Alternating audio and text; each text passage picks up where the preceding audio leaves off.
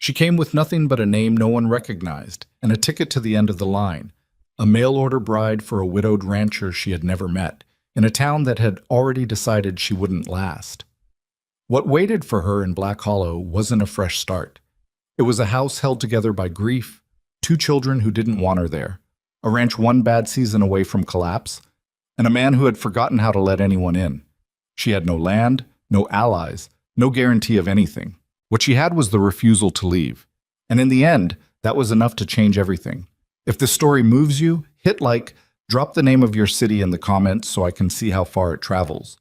And follow the channel so you never miss what comes next. The train smelled like coal smoke and other people's sweat, and Evelyn Mercer had been sitting in the same hard-backed seat for 11 hours when the conductor finally called out Black Hollow. She didn't move right away. The other passengers were already gathering their things, a cattle buyer in a too-tight jacket, a family of 5 with a baby that hadn't stopped crying since Cheyenne, an old woman who hadn't spoken a single word the entire ride, but had watched Evelyn with the kind of steady, measuring look that made her feel like a mistake waiting to happen. Evelyn let them all stand and shuffle and bump into each other before she reached beneath her seat for her travel bag. It wasn't a heavy bag. That was the thing she kept coming back to. Everything she owned in the world fit into a single worn leather satchel and a steamer trunk that had been loaded into the freight car back in St. Louis. When you lose a house, a business, a reputation, and a father, all within the span of 14 months, you find out quickly how little of what you thought you owned was ever really yours. She stood, straightened her coat, picked up the bag. You chose this, she told herself. You wrote the letter. You agreed to the terms. You got on the train.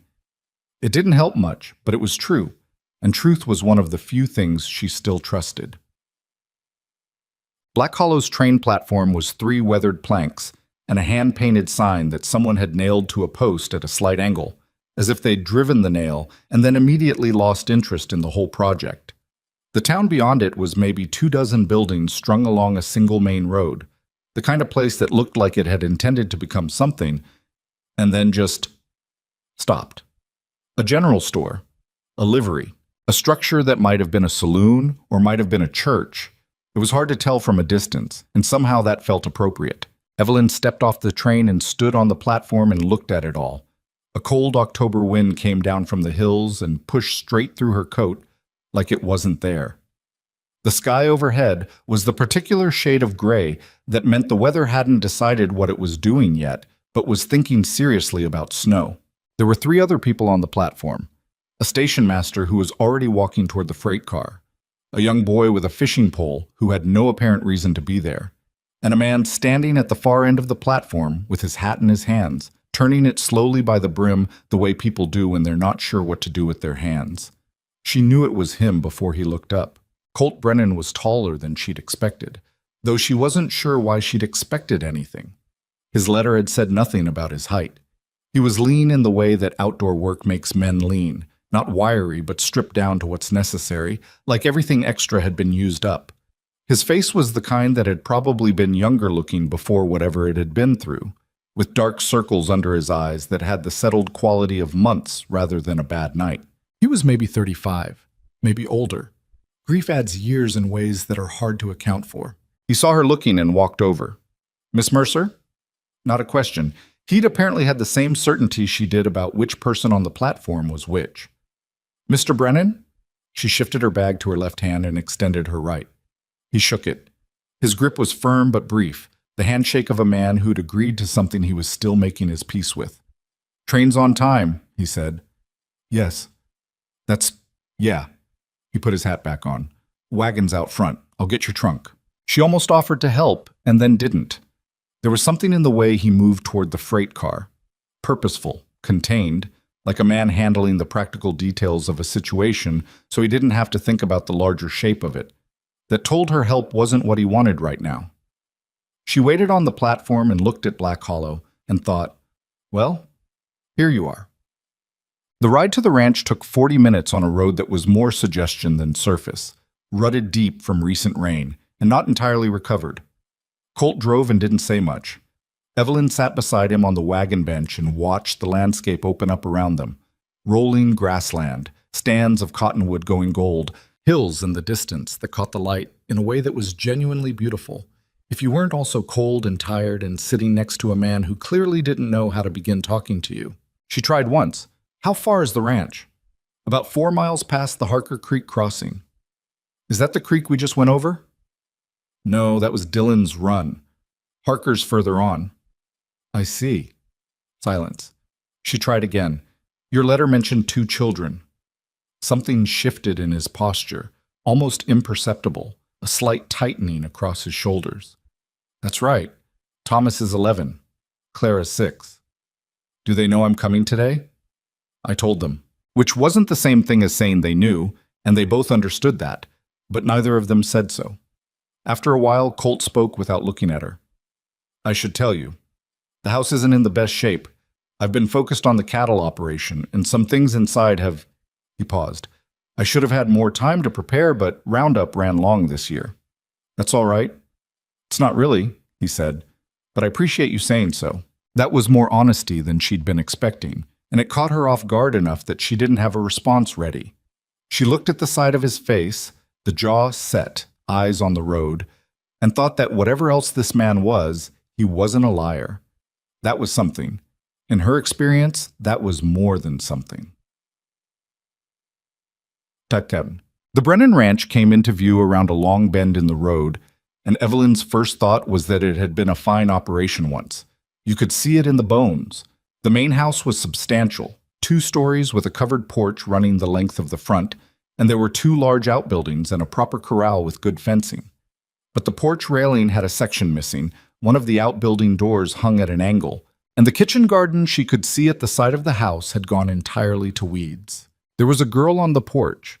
She was small for 6, or maybe she just seemed small because she was standing very still and very straight in a way that children usually don't, watching the wagon come up the road with enormous dark eyes that were unsettlingly similar to her father's.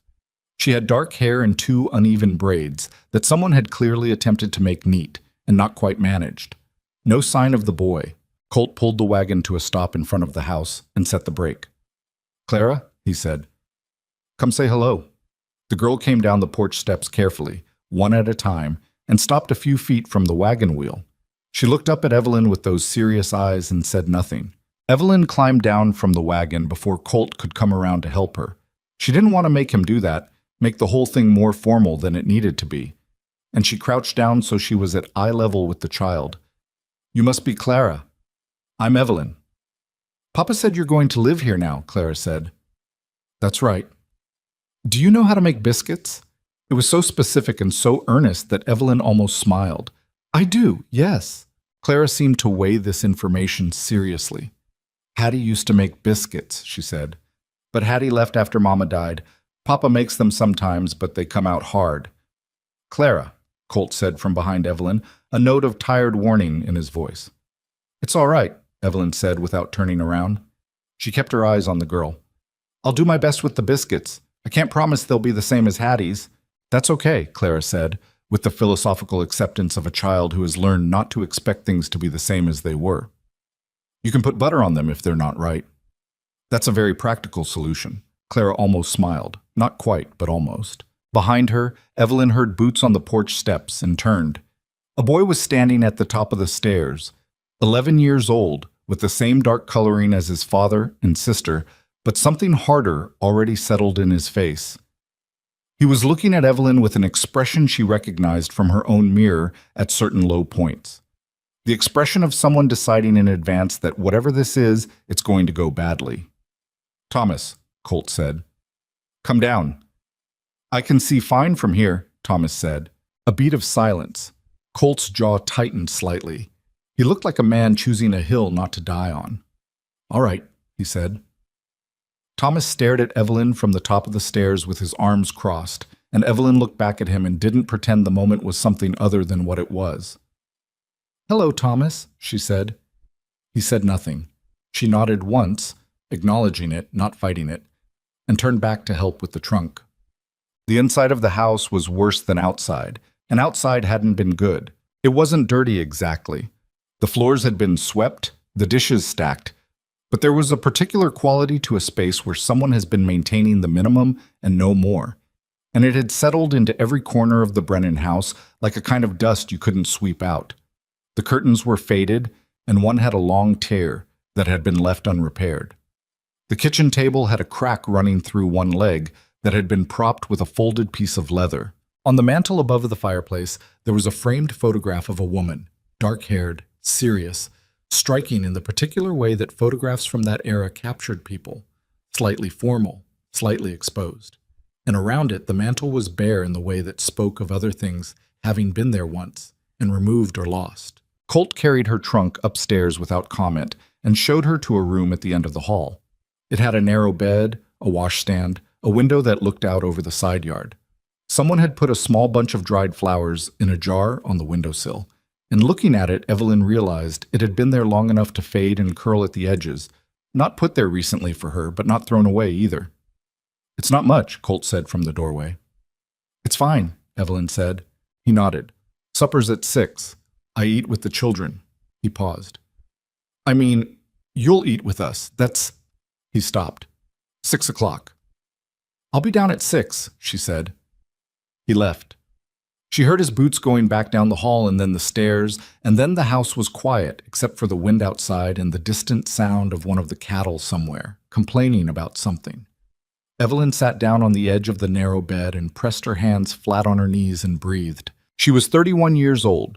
She had grown up in a comfortable house in Cincinnati with a father who'd owned a dry goods business and a mother who'd died when she was 9, and a series of tutors and then a finishing school, and then a brief and disastrous near engagement to a man who had turned out to have several significant character flaws that weren't apparent until fairly deep into the acquaintance. After that, she'd worked as a bookkeeper for her father's business, which was how she'd come to know, in the months before his death, that the business was failing, had been failing for years, and that the debts he'd quietly accumulated were, in the technical sense, hers now. She'd sold what could be sold, paid what could be paid. And when it was done, she'd been left with a boarding house room in a city where everyone knew the Mercer name in the wrong way, no prospects, and the stubborn, quiet refusal to simply wait for something to happen to her. The advertisement had been in the back of a magazine, the kind of thing she'd never have looked at twice in different circumstances. Widower, 35, 2 children, working ranch in Wyoming Territory, seeks capable woman of good character, willing to build a life in an honest place. She'd read it 3 times and then looked out the window of her boarding house room at the brick wall across the alley and thought, well, what exactly are you waiting for? She'd written the letter. Colt had written back. Careful, plain-spoken letters that said what they meant and didn't dress it up. He'd been honest about the state of the ranch, about the children, about what he was asking for and what he was offering. He hadn't pretended it was anything other than a practical arrangement between 2 people who needed the same thing. She'd appreciated that. She was still appreciating it. She was also sitting on the edge of a narrow bed in a cold room in Wyoming Territory, listening to wind she wasn't yet familiar with, and wondering what she'd actually gotten herself into. Same thing you always do, she thought. Exactly as much as you can handle. Possibly slightly more. She stood up, unpacked what she needed for the night, and went downstairs to see about supper. The kitchen was the largest room in the house, as it should be in a working ranch, and it had clearly been the center of things once. Big iron stove, wide table, shelves running along 2 walls with enough cookware for a serious operation. But the shelves were half empty now, and the stove had a layer of grease built up around the burners that suggested someone had been cooking on it without cleaning it, which was how you ended up with fires at inconvenient moments. Clara was sitting at the kitchen table doing something with a piece of string, making patterns between her fingers with the focused determination of a child who has invented her own entertainment. She looked up when Evelyn came in. "Papa's in the barn," she said. "He said supper's salt pork and beans." "That sounds all right," Evelyn said. "Would you mind if I looked around the kitchen, just to get familiar with where things are?" Clara shrugged with the loose-shouldered indifference that was essentially permission and went back to her string. Evelyn opened the pantry. Salt pork, dried beans, some flour, a tin of molasses, cornmeal, potatoes in a bin, half of them going soft, dried apples. Remarkably little else. She looked at what was there and thought about what could be made from it that was better than salt pork and beans, and then she thought about the fact that she was a stranger in this kitchen, And this was the first night, and maybe this wasn't the moment to start making changes. She started the beans. While they soaked, she cleaned the stove properly with a rag and some ash, because a dirty stove was a fire waiting for the right moment, and that was purely practical, nothing to do with making any kind of statement. Thomas came in while she was doing it and stopped short. "What are you doing?" he said. "Cleaning the stove." "That's not—" He stopped. "Papa does that." "It was getting a little built up," Evelyn said mildly. "I didn't want the grease to catch. I'll have it done before I start cooking." Thomas stood in the doorway for a moment, and she could feel him looking at her back, working out what he wanted to say to that. In the end, he said nothing. She heard him go to the table and sit down, pulling out a chair with more force than necessary. "Thomas," Clara said, "she knows how to make biscuits." "I don't care," Thomas said. "You like biscuits." "I don't care, Clara." Evelyn finished with the stove and washed her hands and started the salt pork. The kitchen filled with the smell of something actually cooking, and the tension in the room shifted slightly. Not gone, not even close to gone, but altered. Hunger was a great leveler. She'd learned that early. When Colt came in from the barn 40 minutes later, supper was on the table, salt pork and beans as promised, and also cornbread because the flour was there and the children were clearly not getting enough in the way of bread, and a pot of coffee that she'd kept hot on the back of the stove. He stopped in the doorway and looked at the table, then at her. Something passed across his face that wasn't quite an expression, more like a door opening an inch and then being pulled back. "You didn't have to." "It's the same ingredients," Evelyn said. "Just organized differently." He sat down. The children sat. Evelyn sat. There was a moment where nobody moved, the four of them at the table like a tableau of a family that wasn't one, and then Colt reached for the cornbread and the spell broke. Thomas ate without speaking. Clara ate with a small running commentary about various things, apparently for no particular audience. A horse she'd seen that morning, a bird that had been on the fence, the string pattern she'd been trying to work out. Colt answered her when she addressed him directly, and otherwise ate steadily, the way men eat when they're genuinely hungry and not putting on a show about it. Evelyn ate and listened and said little and watched. After supper, when the dishes were done and the children had gone upstairs, Colt poured 2 cups of coffee and put one in front of her and sat back down at the kitchen table. "We should probably talk," he said. "Probably," she agreed. He turned his cup in his hands. "I want to be straight with you about where things stand."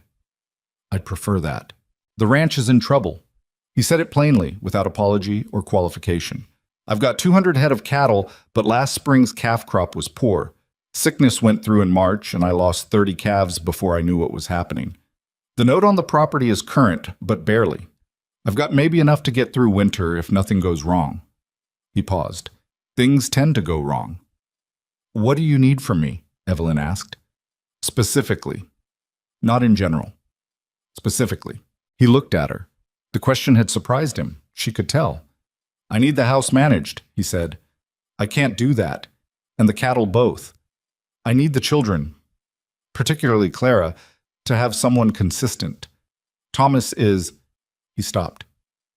"Thomas is handling his mother's death in his own way, and I haven't figured out the right way to help him with it. Clara needs more than I can give her right now."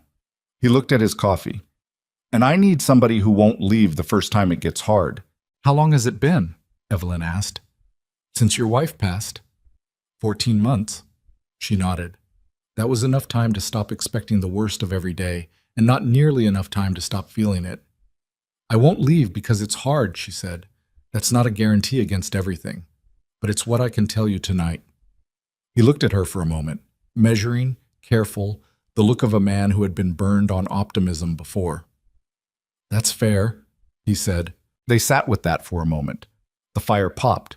Wind pushed against the window. "What about you?" he said. "What do you need?" It was an unexpected question, and the fact that he asked it, that it had occurred to him to ask it, told her something she filed away carefully. "A place that's actually mine to be in," she said. "Not borrowed, not temporary." She looked at him. "And honesty. I'd rather know when something's wrong than have it managed around me." He nodded once, slowly. "I can do that." "Then I think we have a starting point," Evelyn said. It wasn't a declaration. It wasn't a promise of something easy. It was just two people at a kitchen table in a cold house at the edge of nothing, agreeing to try. She woke at 4:30 the next morning from a habit she'd had since her boarding house days. Cheap walls, early risers, the sleep never quite settled. She lay for a moment listening to the unfamiliar sounds of the house, the creak of the building against wind, something dripping somewhere it shouldn't be, and from downstairs the muffled sound of someone already moving around in the kitchen. She dressed and went down. Colt was at the stove trying to make coffee and reading something at the same time, a letter by the look of it. He heard her on the stairs and turned. "You don't have to be up," he said. "I was awake." She came into the kitchen and looked at the stove, where the coffee was in danger of boiling over because he was reading and not watching it. She moved the pot before it did. He folded the letter and put it in his shirt pocket and didn't offer any explanation, and she didn't ask for one. She made actual coffee, proper, not just hot water pushed through the grounds until it gave up. And they drank it in the gray pre-dawn while he read his ledger, and she looked at the kitchen and made a mental inventory of what was here and what was missing and what could be done with it. It was the same thing she'd done with her father's business books. In the end, figure out what you actually have before you start making plans. Outside, it was beginning to get light. "I'll need to understand the finances," she said. He looked up from the ledger. "Why?" "Because you told me last night that the ranch is in trouble, and if I'm going to help, I need to understand what kind of trouble, not just in general terms. What's owed, what's coming in, what the margins look like." She held his gaze. "I kept books for my father's business for 6 years. I'm not asking to take over. I'm asking to understand." A long pause. He looked back at his ledger, then back at her. "All right," he said. "After the morning chores?" Come on. The morning chores turned out to be substantial. She hadn't expected otherwise, but the scope of what one man was managing alone became clear as the day progressed. Cattle to check, horses to feed and water, a fence line in the lower pasture that needed mending before it failed entirely, and a wagon wheel that had cracked on yesterday's trip to town and was going to need to be replaced before the next supply run. And that was just the outside. Inside, there were 2 children to get fed and, in Thomas's case, badgered into completing the half page of arithmetic that passed for his schoolwork. She managed the inside. It was a strange word for it, managed, but it was accurate. She fed the children and heated water and got Thomas to the arithmetic eventually through the simple technique of sitting across the table from him and not going anywhere until he started. He glared at her the entire time. She looked at her hands folded on the table and waited him out. "You're not my mother," he said at one point. Flat, factual, a statement, not an accusation. "No," she said. "I know that. So you can't make me do anything." She thought about this honestly. "I can't make you do anything," she agreed. "But you're going to sit here until you do the arithmetic, and I can sit here longer than you can resist it. That's not about authority. That's just about time." He stared at her. She waited. He picked up his pencil. The ledger meeting happened after the noon meal, with Clara napping on the settle in the front room and Thomas outside somewhere with what appeared to be a rock collection he was taking very seriously. Colt spread the ranch ledger on the kitchen table, and Evelyn looked at it. It took her about 10 minutes to understand the shape of things, which was roughly the same amount of time it had taken her with her father's books. And the sick, familiar feeling in her stomach was about the same too. It wasn't disaster, not yet, but it was the kind of situation that disaster was already planning its visit to. The cattle note was current, as he'd said, but the note on the property itself, taken out when the ranch was established 15 years ago, had been refinanced twice, most recently 18 months prior, at terms that were unfavorable even by the standards of frontier lending. The monthly payment was manageable in a good year. This had not been a good year. The calf losses in spring had cut into the expected income from summer beef sales, and the remaining income from the fall roundup wasn't going to cover the winter operating costs, plus the note payment, plus anything that went wrong. And something always went wrong. "Who holds the note?" she asked. "Bank in town. Harlan Graves owns it. He owns about half the notes in this valley." Something in his voice when he said the name. "You don't like him." "He's been fair enough," Colt said, which was a careful way of saying several other things. "But," he was quiet for a moment. "He made an offer on the northern pasture last spring, after Margaret died. Said it would ease the burden. He paused. It would have, in the short term. But that pasture is where the spring water is. Sell that, and the whole operation becomes unviable within 3 years. And you said no. I said no. And now he holds the note and he's patient, Evelyn said. Colt looked at her steadily. Something like that. She looked back at the ledger. Numbers were numbers. They didn't lie, and they didn't sugarcoat, and they didn't tell you it was going to be all right when it wasn't, which was why she'd always trusted them more than most things. The Delaney operation, she said, pointing to a line. What's that?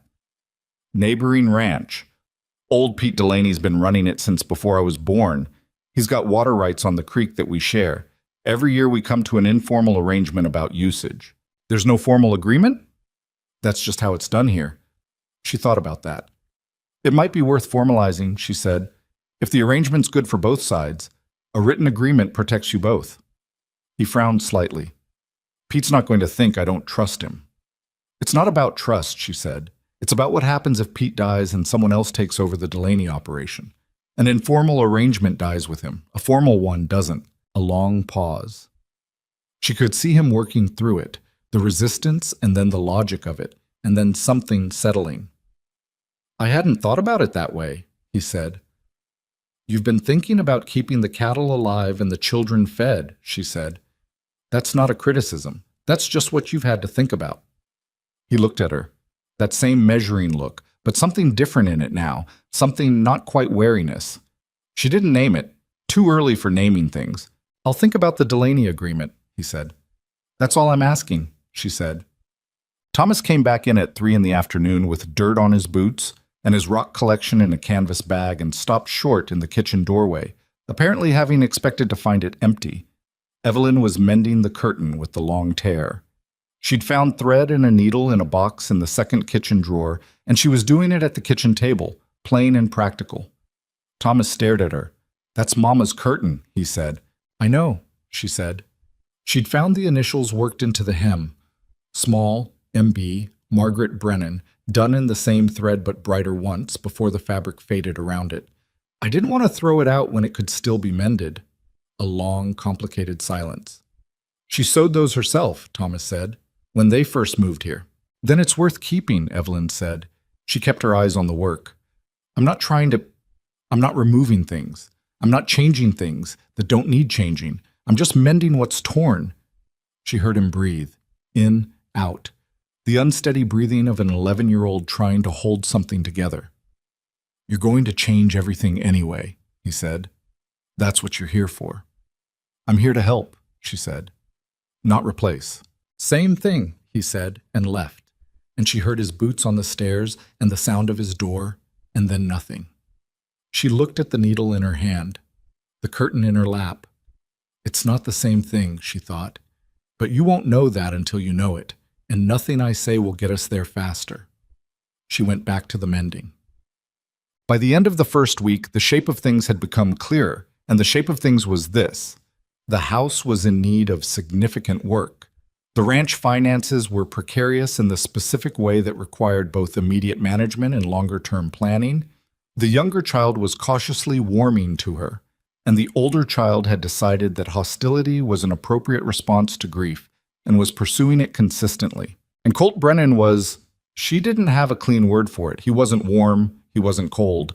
He was someone managing an enormous amount of weight who had agreed to add her to the load and wasn't sure yet whether that was going to help or make it worse. He was honest with her about the ranch. He was careful with the children. He worked from before dawn until after dark and didn't complain about it, which wasn't virtue exactly. It was more like he'd stopped expecting there to be a version of things that was comfortable. She found, as the week went on, that she was less scared than she'd expected to be. Not unscared, but less. The incident that marked the real beginning of everything happened on a Wednesday, 8 days after she arrived. She was in the barn looking for extra rope. There was a gate latch that had given out on the lower corral, and she was trying to rig a temporary fix before Colt came in from the northern pasture, when she heard raised voices outside. She came to the barn door. 2 men on horseback stopped in front of the house. Not ranch hands. They were too well dressed for ranch hands, their horses too well kept. And standing on the porch steps was Thomas, who had clearly tried to send them away and hadn't succeeded, and whose posture was the tight, controlled posture of someone frightened and not showing it. Evelyn walked out of the barn toward the house. One of the men, heavy-set, in a coat that had cost more than the Brennans' entire pantry, turned his horse slightly as she approached. "Ma'am," he said, with a pleasant smile that didn't touch his eyes, "we're looking for Colt Brennan." "He's not here," Evelyn said. She came to the bottom of the porch steps and stood next to Thomas without making it a gesture, just stood there. "When do you expect him back?" "I'm not certain. Can I ask what this is regarding?" The man's smile stayed pleasant. "We're here on behalf of Mr. Harlan Graves. There's a matter of the quarterly payment that was due last Friday." Evelyn looked at him steadily. "I wasn't aware the payment was past due." "It's only a few days," the man said, still pleasant, in the way that very unpleasant things are sometimes presented. "Mr. Graves is patient. He just wanted to make sure Mr. Brennan was aware of the situation." "I'll let him know you came," Evelyn said. "Thank you for the ride out." A beat. The man with the pleasant smile looked at her, and she looked back, and she did not move. "Of course," he said. He touched his hat. The two of them turned their horses and rode back toward the road. Thomas was quiet beside her until they were out of sight. Then he said, "He never sent anyone out before?" "No," Evelyn said. "Papa's going to be angry you talked to them." "He might be," she said. "That's fair." Thomas looked up at her. There was something in his face that hadn't been there before. Not warmth, not trust, but a kind of reassessment, like someone revising a number they'd been too sure of. "Were you scared of them?" he asked. She thought about honesty versus what a child needed to hear and decided they were the same thing. "Yes," she said. "A little." He looked at the road where the men had gone. "Me too," he said. And they stood there on the porch steps for a moment. Not family, not friends, just two people who had been scared of the same thing at the same time. And that was, in its small and fragile way, a beginning. Colt came back from the northern pasture at dusk, and Evelyn told him about the men from Graves's bank before he'd even gotten his coat off. She did it in the kitchen, directly, while he was still standing and she was at the stove, because she'd found in her life that bad news delivered while people were moving tended to land better than bad news delivered while they were sitting and therefore trapped by it. She told him what they'd said, what she'd said back, and she didn't editorialize. He was quiet for a moment after she finished. "The payment went out Friday morning," he said. "I wrote it to town myself." "Then there may be a miscommunication at the bank," Evelyn said. "Or Graves sent them anyway." She looked at him. He was looking at a point somewhere past her left shoulder, his jaw set, and she recognized the expression now. It was the one he wore when he was very angry and keeping it very controlled. "What do you want to do?" she asked. "Nothing tonight." He finally moved, hanging his coat on the peg by the door. "I'll ride in tomorrow and get the receipt sorted out." "I can come with you." He looked at her then, and she could see him working out whether that was a complication or a help. "All right," he said. Thomas appeared in the kitchen doorway. He'd heard some of it, probably all of it, given how still he'd been on the stairs for the last minute. He looked at his father and then at Evelyn with an expression she couldn't read completely, and then he said, "She talked to them when they came. She didn't let them in the house." Colt looked at Evelyn. "I just told them you'd be made aware," she said. Nothing complicated. Something shifted in Colt's face. Not gratitude exactly, but something in that direction, tempered by the fact that he wasn't a man who expressed things easily. "Good," he said. Thomas disappeared back up the stairs. Evelyn turned back to the stove, and in the quiet of the kitchen, with supper heating and the wind picking up outside again, the particular arrangement of the Brennan household shifted by some small and not yet nameable degree. The ride into Black Hollow the next morning took 40 minutes, and they spent most of it talking about things that weren't the bank. She asked about the land. How much? How it was divided? What the northern pasture produced in a good year versus a poor one? He answered in the careful, factual way he had, and she listened the way she'd always listened to her father's business contacts. Not just for what was being said, but for what the person thought was obvious and therefore didn't say, because that was usually where the important things lived. What she gathered was this. The Brennan Ranch was genuinely good land, well situated, with access to water that neighboring operations envied. The problem wasn't the land. The problem was that the person running it had been operating in crisis mode for over a year, making decisions to survive the month rather than decisions to build the year, which was understandable and also how ranches slid quietly into ruin. "The Delaney water arrangement," she said, somewhere around mile 3. "Did you think any more about formalizing it?" "I mentioned it to Pete day before yesterday. He wasn't opposed." Colt kept his eyes on the road. "He seemed surprised anyone would bother making it official. Said we've had the same agreement for 12 years without paper." "What did you tell him?" "I told him I had a wife with a bookkeeping background who thought it was a reasonable precaution." A beat. "He said that sounded like sense." Evelyn smiled at the road ahead and didn't make anything of it. The bank in Black Hollow was a low wooden building between the assayer's office and a hardware store, with Harlan Graves' name painted in careful letters above the door. Inside, it smelled like old paper and coal oil. The teller was a young man with nervous hands who brightened visibly when he saw Colt and then seemed to remember something that made him less bright. "Mr. Brennan? Mrs. Brennan." He'd presumably been told she existed. He looked at Evelyn like he wasn't sure what to do with her presence. She smiled pleasantly and said nothing. Colt put his payment receipt on the counter. "I had 2 of your men at my ranch yesterday telling me the quarterly was past due," he said. "I paid it Friday." The teller looked at the receipt, looked at it again. Let me check the ledger." He disappeared through a door. They waited. Through the interior wall, Evelyn could hear voices. The teller's, and another voice that was quieter and that she thought she would know when she heard it again. The teller came back. "I apologize, Mr. Brennan. The payment was applied incorrectly. It's been corrected." "And the men you sent out?" Colt said. "I believe there was a miscommunication. Mr. Graves sends his apologies for any concern caused." They both knew what kind of apology that was. But there was nothing to do with it except take it and leave, which was what Colt did, and Evelyn followed. Outside on the boardwalk, Colt stopped and let out a slow breath. "He's watching," he said quietly, "to see if I'm going to miss one."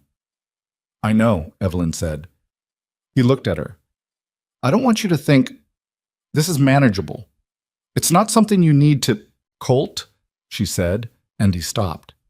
It was the first time she'd used his given name, and they both registered it. "I looked at your ledger. I know what's manageable and what isn't. I'm not going to pretend otherwise, and I'd prefer if you didn't either." A pause. He looked out at the street where 2 men were loading a wagon in front of the feed store, and a dog was doing something extremely focused with a piece of rope. "All right," he said. "We need to talk about the spring cattle plan when we get back," she said. "I have some thoughts." "You have some thoughts," he said, not sarcastically. More like someone discovering an unexpected room in a house they thought they knew the layout of. "Several," she said. "Some of them might even be useful." Something crossed his face. Not a smile, not quite, but in the vicinity. Back at the ranch, the week moved into its rhythms. There were rhythms now, which was different from the first days. Evelyn was up before dawn, had coffee made when Colt came in from the first morning check, had breakfast on the table when the children came down. After breakfast, Thomas did his schoolwork, and Clara followed Evelyn around the house with the concentrated attachment of a child who has found something reliable and isn't letting go of it. This was its own kind of pressure, being the thing someone small was depending on, but it was a pressure she found she could work with. Clara was not a difficult child. She was serious and observant and occasionally made pronouncements about the world that were striking for their accuracy. "Mrs. Prentice at the store said you came from the East," Clara said one morning, while Evelyn was teaching her how to roll pie crust. "That's right, Cincinnati, Ohio." "Is it nice there?" Evelyn thought about Cincinnati. The street she knew, the house she'd sold, the faces that had looked at her differently after everything fell apart. "It has nice parts," she said honestly, "but I didn't want to stay." "Because of us?" "Partly." She showed Clara how to use the rolling pin without bearing down too hard. "Partly because I needed something different." Clara considered this while working her small hands on the dough. "Thomas says you came because you had no place else to go." Evelyn's hand stilled for just a moment. Then she kept rolling. Thomas is partly right, she said. He says that a lot, Clara said. That he's right? No, that you only came because you had no place else. Evelyn looked at the little girl's bent head, the uneven braids she'd learned to do herself because nobody had had time to do them for her. What do you think? She asked. Clara shrugged. I think people can have more than one reason for things. Evelyn looked at her for a moment. That's a very wise observation, she said. Clara brightened. Papa says I'm pragmatic. Your papa's right, Malta. The pie crust lesson happened on a Thursday. On Saturday, the first real crisis arrived, and it didn't knock. Evelyn was in the kitchen garden. The weeds had given ground grudgingly over 2 weeks of consistent work, and there were now actual rows visible where there had been chaos. When she heard the horses coming up the road, not the slow, measured walk of a ranch hand returning, but the faster, irregular sound of animals being pushed. She stood and shaded her eyes. 3 riders, coming fast. And behind them, something was wrong with the sky in the direction of the lower pasture. Not sky. Smoke. She dropped her trowel and ran for the barn. Not the house, because the barn was where the extra water barrels were, and where the long-handled beaters were kept for just this purpose. And she did not stop to think about whether this was her place to act, because the alternative was standing in the kitchen garden watching the Brennan Ranch burn. Colt was already out of the barn by the time she got there, having seen the smoke from wherever he'd been. He took in the scene in one fast sweep, the riders, the smoke, her running toward him, and started issuing directions with the clipped efficiency of someone who had dealt with grass fires before. Evelyn, get the children inside and stay there. I can help. The children? Thomas is 11. He can watch Clara for an hour. She grabbed one of the beaters without stopping. Where do you need me? A half-second pause. The kind of pause that was not about deciding whether she was capable, but about whether there was time to argue, and there wasn't. South fence line, he said. Stay back from the head of it and work the edges. Don't get in front of it. She ran. Oh, it was a grass fire, wind-driven, the kind that could take down half a county in dry autumn conditions, and that started from almost nothing. A spark from the road, a broken bottle catching light, a careless ember from a distant camp. The lower pasture was dry as paper after a summer with below-average rainfall, and the fire had gotten a head start before anyone had seen the smoke. What Evelyn found when she reached the south fence line was 3 ranch hands from the neighboring Delaney spread already working it, having seen the smoke before the Brennan hands had. Old Pete Delaney himself was there, 70 years old and still working, beating at the edge of the fire line with a ferocity that suggested he took this sort of thing personally. You Brennan's wife? He called when she reached him. Yes, she said. Know what you're doing? I'll learn fast. Pete Delaney looked at her for 1 second and then turned back to the fire. Beat the edges, not the middle. You're cutting it off, not chasing it. Work toward me, not away. She worked toward him. It was hard and hot, and her eyes watered from the smoke, and she beat the burning grass until her arms ached, and then kept beating because the alternative was worse. Beside her, one of the Delaney hands, a young man barely older than Thomas, was working just as hard and sweating just as much, and they didn't speak because there was nothing to say that wasn't already being said by the work. It took 2 hours to contain it. When it was out, truly out, checked and rechecked around the edges, Evelyn sat down in the dirt because her legs had decided to take a moment, and she was too tired to argue with them. Her coat was ruined. There were burns on the back of her right hand where a gust had pushed an ember her way, and she'd moved but not quite fast enough. Her face felt like she'd stood too close to an oven for an hour. Pete Delaney came and stood beside her. He was barely winded, which was either remarkable or infuriating or both. Good work, he said. Thank you for getting here fast, she said. He was quiet for a moment, looking at the charred section of pasture. Lose much? I don't know yet. I'll have to check with Colt. 3, 4 acres maybe. Could have been 30 if the wind had shifted. He looked down at her. You ever fight a grass fire before today? No. He made a sound that was almost a laugh. Well, you've fought one now. Tochan. Colt found her still sitting in the dirt at the edge of the burned section, getting her breath back.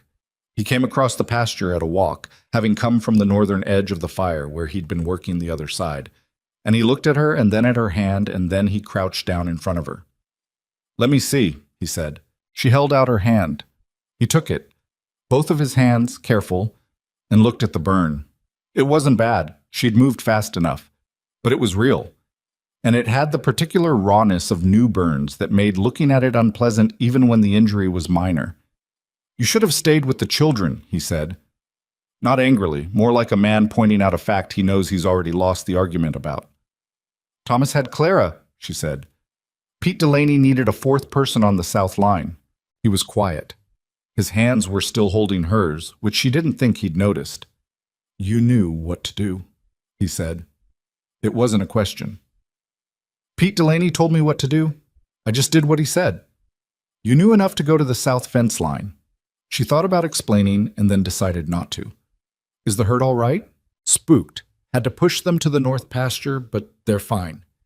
He finally seemed to realize he was holding her hand and released it carefully. 3 acres burned. Will reseed in spring. He stood. Could have been worse. That's what Pete said. Pete's usually right. He looked across the burned pasture. He and his men didn't have to come. "No," Evelyn agreed. "They did it because that's what neighbors do." Something in his face when she said that. A kind of recognition, like something he'd known once and let go of. The hand healed in 2 weeks. The burned pasture stayed black at the edges of her memory, a reminder of how quickly things here could go from stable to gone. She thought about that in the mornings sometimes, during the hour before the house woke up, and she had the kitchen to herself. Not with dread, exactly, but with the particular attention of someone who has been shown what the stakes actually are. She was 3 weeks in now, and the house had changed. Not dramatically. She wasn't the type for dramatic changes, and even if she had been, this wasn't her house to reshape, but in the small ways that accumulate into something real. The curtains were mended, the kitchen garden had rows, the stove didn't collect grease anymore, and every morning there was proper coffee and actual food, not just whatever came to hand. Clara had begun sitting on the kitchen counter while Evelyn cooked, which was technically not hygienic and which Evelyn had stopped correcting after the second time because the child's commentary while she cooked was genuinely interesting. Clara had opinions about everything: the right way to salt water, the best order to plant spring vegetables, which of the ranch horses was most trustworthy versus which was most dramatic. "Ruby's the dramatic one," she told Evelyn one evening, swinging her feet against the cabinet doors. "She pretends her leg is hurt when she doesn't want to work." "How can you tell she's pretending?" "Because she forgets which leg." Evelyn looked at her. "How old are you?" 6.5, Clara said, with the precision of someone who has been 6 for long enough to know exactly how much of 6 is left. Thomas was harder. He was still hard. But there were moments, small, unguarded moments that he was usually quick to close off, where she could see him watching her not with hostility but with something more complicated. She didn't push. She'd learned with the arithmetic that the only strategy that worked with Thomas Brennan was patience presented as indifference, which was essentially the technique of not making him feel watched while watching him carefully. She tutored him properly, which was more than the half-page of arithmetic had suggested was happening. His reading was strong, but his arithmetic had gaps. Not because he couldn't do it, but because the instruction had been inconsistent. She found an old geography primer in a box in the spare room and started working through it with him because geography could be made concrete, could be tied to things he already knew about land and water and how terrain worked. And Thomas responded to concrete things. He didn't thank her. That was fine. He started coming to the kitchen table on his own before she asked, and that was enough. The neighboring rancher came on a Tuesday, which she would remember later because everything that happened that week seemed to have a specific day attached to it, the kind of week where the calendar matters. His name was Rupert Voss, and he ran the largest cattle operation in the valley, a fact he was aware of and communicated through the particular ease of a man who has never had to prove his standing. He arrived with his ranch foreman and stopped in front of the house and waited to be noticed, which was itself a statement. Colt was out. Evelyn came to the porch. "Mr. Voss," she said, because she'd learned the faces by now. "Colt's in the north pasture." Can I help you? Voss looked at her the way certain men look at women who are standing in a doorway answering for an absent husband, assessing whether this was a situation worth engaging with or one to wait out. He decided to engage. I'll wait. It might be a while. Is there something I can pass along? Another assessment. Word is Brennan lost some pasture to fire last week. 3 acres, she said. We contained it. I heard Pete Delaney's men did the containing. Pete's men, Colt's hands, and myself, she said. It was a group effort. Voss seemed to find this either amusing or interesting. She couldn't tell which. There's been talk, he said, about whether Brennan can hold this operation another season, after everything. She looked at him steadily. Everything being? His wife dying, the calf losses, the fire. He said it without cruelty, but without softness either, the way someone states facts they've been considering. There are men in this valley who'd take the land off his hands for a fair price. Fair, he added, with an emphasis that suggested fairness was something he personally superintended. The ranch isn't for sale, Evelyn said. I'm not necessarily saying to Brennan. He looked at her directly now. A woman in your position, come from elsewhere starting fresh, might think practically about what staying here looks like in 3 years if the operation fails. She held his gaze for a moment. Then she said, Mr. Voss, I appreciate you stopping by. I'll tell Colt you came. If you'd like to leave a message about something specific, I'll pass it along exactly as you state it. The foreman shifted his weight. Voss looked at her for another second, then touched his hat. Tell him Voss came by, he said. He'll know what it means. They rode out. Evelyn stood on the porch and watched them go and did not let her hand shake until they were out of sight, and then she allowed it briefly and then she stopped. She went inside and wrote down everything Voss had said, exact words, in the small notebook she'd started keeping for ranch matters. Then she went back to what she'd been doing, which was working through a problem she'd identified in the feed cost calculations, and which was not going to solve itself. She told Colt that evening, all of it, exact, from the notebook. He sat at the kitchen table with his coffee and listened, and his face did the thing it did when he was angry and managing it. When she finished, he didn't say anything for a moment. Voss has been trying to consolidate land in this valley for 4 years, he said finally. He's bought out 3 smaller operations. Willingly or otherwise. Depends how you define willing. He turned his cup. When the McCready place went under, Voss made an offer the week of the bank notice, before the family had time to look at other options. He watches for weakness, Evelyn said. Yes. Then we don't show him any. She sat down across from him. Not because he'll be moved by the show of it, but because the men whose opinions can actually help us, Pete Delaney, the Garner brothers, whoever else has land bordering this valley, are watching to see what we do. If we hold, they'll respect it. If we scramble, they'll pity us. And pity doesn't help. Colt looked at her. When did you figure out how Ranch Valley politics works? You've been here 3 weeks. It works the same way any small community's politics works, she said. I grew up watching my father manage business relationships in a city. It's the same principles. Larger animals, same principles. Something crossed his face, that not quite smile that she was beginning to be able to identify. Larger animals, he repeated. The cattle are larger, she clarified, than my father's dry goods. I understood what you meant. October turned into November with a cold that came down from the hills and settled in for the season. Evelyn added a second quilt to Clara's bed and found an extra blanket for Thomas's room and spent an afternoon with rope and old burlap ceiling gaps in the house walls where the wind was finding its way in. Gaps that should have been sealed in September and hadn't been because September had been survival.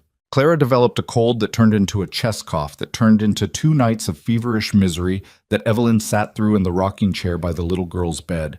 Because 6 years old and feverish in the middle of the night is not a situation that improves by leaving it alone. The second night, around 2 in the morning, Colt appeared in the doorway. Go to bed, he said quietly. I'll sit with her. I'm all right, Evelyn said. You've been in here since 10. She woke at 10. He leaned against the doorframe and looked at Clara, who was asleep now, the worst of the fever broken into something more manageable. Then he looked at Evelyn in the rocking chair with the quilt she'd brought from her own room, and the book she'd stopped reading 2 hours ago. You don't have to do this, he said. It wasn't criticism.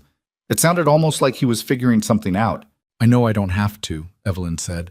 She was scared and her temperature was 102. Sitting with her made sense. He was quiet for a moment. Margaret used to sit with her like that, when she was sick. Evelyn didn't say anything. The word Margaret in this house always had weight to it, and she'd learned not to move too quickly around it. She had this way of reading out loud, he said, still quiet, not quite looking at Evelyn.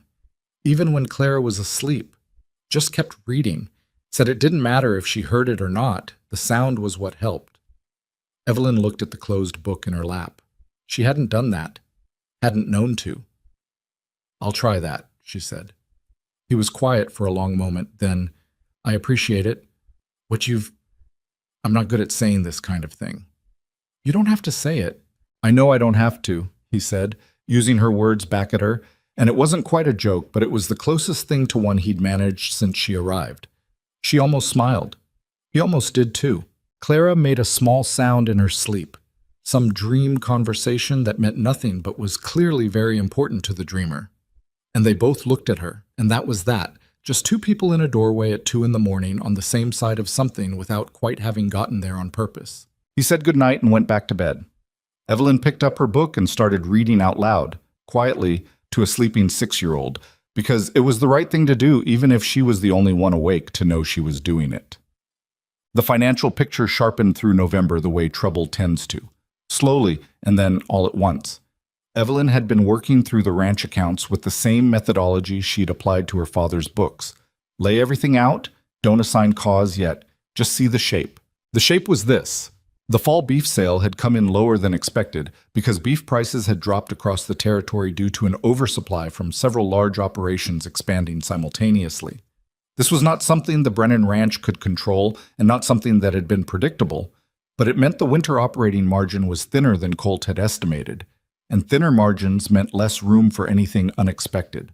There was also a secondary issue she'd found, quieter and more concerning. The feed contracts Colt had in place for winter, arrangements with a supplier in Laramie, were priced at last year's rates, and the supplier had sent a letter, which she found in a stack of unopened correspondence on Colt's desk, indicating the rates were being revised upward by 15% effective December 1st. The letter had arrived 3 weeks ago. She put it in front of Colt at the kitchen table on a Saturday afternoon when the children were outside and there was nothing else that couldn't wait. He read it again, set it down. You found this in the correspondence stack, he said. Yes. He rubbed his hand across his face. I've been behind on the desk work. I know. She didn't make more of it than that.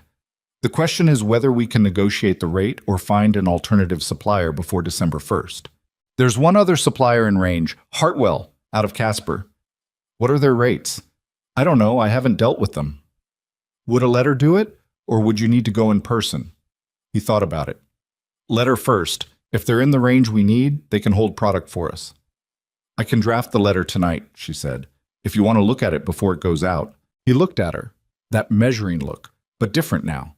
Less careful and more something else. How long did it take you, he said, to learn your father's business? About a year to understand it. About 3 years to be useful to it. You've been here 6 weeks. I have a head start, she said. I already understand how a business fails. I learned that part first. There was something in how she said it, not bitterly, just factually, the way you state a thing you've made your peace with, that made him look at her for a moment longer than usual. Draft the letter, he said. She drafted it that night. He read it the next morning, changed 2 words, and said it was better than what he would have written. She sent it with the Tuesday post. The response came back in 8 days. Hartwell's rates were better than the Laramie supplier's new prices. They could hold the required winter feed volume, and they could start delivery the first week of December if the contract was signed by the 15th of November. It wasn't a solution to everything. It was a solution to one thing, which was how solutions tended to arrive, one at a time, never quite fast enough, always with some new problem waiting behind them. But it was real, and it was something. And when Evelyn put the letter on the kitchen table in front of Colt, and he read it and looked up at her, there was something in his face that she hadn't seen before. Not relief exactly. Something quieter and more durable than relief. The look of a man who has been doing everything alone for long enough that having someone doing something alongside him is, in itself startling. "Good," he said. "Just that." She folded the letter and put it in the ranch file and went back to the kitchen garden, where there was still work to do before the real cold came in and made it all wait until spring. She was on her knees in the dirt when Thomas came out of the house, not toward her but in her general direction, which she recognized as his version of seeking company while maintaining the option of denying it. He sat down on the fence rail a few feet away and watched her work. After a while he said, "Mrs. Prentice told her daughter that you're not going to last out the winter." Evelyn kept working. "Is that so?" "Her daughter told Jimmy Corlett, and Jimmy Corlett told me at the creek." He paused. "I told Jimmy he didn't know what he was talking about." She stopped digging, looked at him. He was looking at the fence post, not at her, with the studied disengagement of someone who has said something they meant but aren't ready to own. "Thank you," she said. He shrugged. "Jimmy's an idiot." Still, another shrug. But he stayed on the fence rail, and she went back to the garden, and the afternoon went on around them with the quiet solidarity of people who have stopped needing to explain what they're doing in the same place. She thought about what it meant, this small, grudging defense from an 11-year-old boy who had decided in advance that she was a problem. It didn't mean he'd accepted her. It didn't mean the hard parts were over. It meant that somewhere in the past 6 weeks, without either of them agreeing to it, they had begun to be something to each other that didn't have a clean name yet. The sun moved lower behind the hills. The air sharpened. Winter was not a question anymore. It was a decision that had already been made by the season, and what remained was figuring out how to meet it. Evelyn worked until the light was gone. Thomas stayed on the fence rail until supper, and then he came inside and neither of them remarked on it, and that was its own kind of progress. The Hartwell feed contract arrived on a Thursday, and Colt signed it at the kitchen table with Evelyn sitting across from him and Clara drawing horses on a piece of brown paper at the other end. It was a small moment, pen on paper, a practical arrangement secured. But Evelyn had learned in the last 2 months that the small moments were the ones that actually held a life together. The large ones were just the small ones accumulated past the point where you could ignore them. She filed the contract in the ranch folder she'd established in the second desk drawer. Next to the water rights agreement she and Pete Delaney had finally gotten onto paper the previous week. 2 copies, both signed, one for each ranch. Pete had brought his own pen to the signing, which she'd found touching without entirely understanding why. December came in cold and serious, the way Wyoming winter always did, not easing into itself, but arriving with complete conviction. The first real snowfall came on a Sunday, 6 inches overnight, and Evelyn stood at the kitchen window in the gray pre-dawn and looked at the transformed landscape and felt something she couldn't immediately name. Not quite wonder. She'd seen snow plenty of times. Something more like recognition. Like the land was finally showing her its full self, and she was seeing it clearly for the first time. The ranch under snow had a different quality than the ranch in autumn. Everything that had been showing its age in October, the gap in the porch railing, the worn fence posts, the bare patches in the kitchen garden, was smoothed under white, made uniform, and what you saw instead was the structure of the thing. The bones, the outbuildings solid against the hill, the corral lines geometric in the white, the mountains behind it all, close and enormous in the way mountains only look in winter when the air is clear. It was a good ranch. Even in trouble, you could see it was a good ranch. She made coffee and started breakfast. And when Colt came in from the early check, he stopped in the kitchen doorway and looked at the table. Eggs, biscuits that had finally stopped coming out hard, salt pork. And then at her. "You're up early," he said. "I'm always up early." "Earlier than usual?" She shrugged. "Couldn't sleep. Too quiet." He hung his coat. "You'll get used to it." "I think I already like it," she said, and meant it. And he looked at her in a way that suggested this surprised him, though she wasn't sure why it should. The trouble, when it came, arrived the way the worst trouble always does. Not as a single disaster, but as several things going wrong at the same time in a way that made each one worse than it would have been alone. It started with the cattle. 3 days into December, one of the hands, a young man named Dix, who had been with the ranch since before Margaret died, and who Evelyn had come to trust precisely because he didn't volunteer opinions unless asked, came to the house mid-morning with a look on his face that tightened something in her chest before he'd said a word. "Need to find Colt," he said.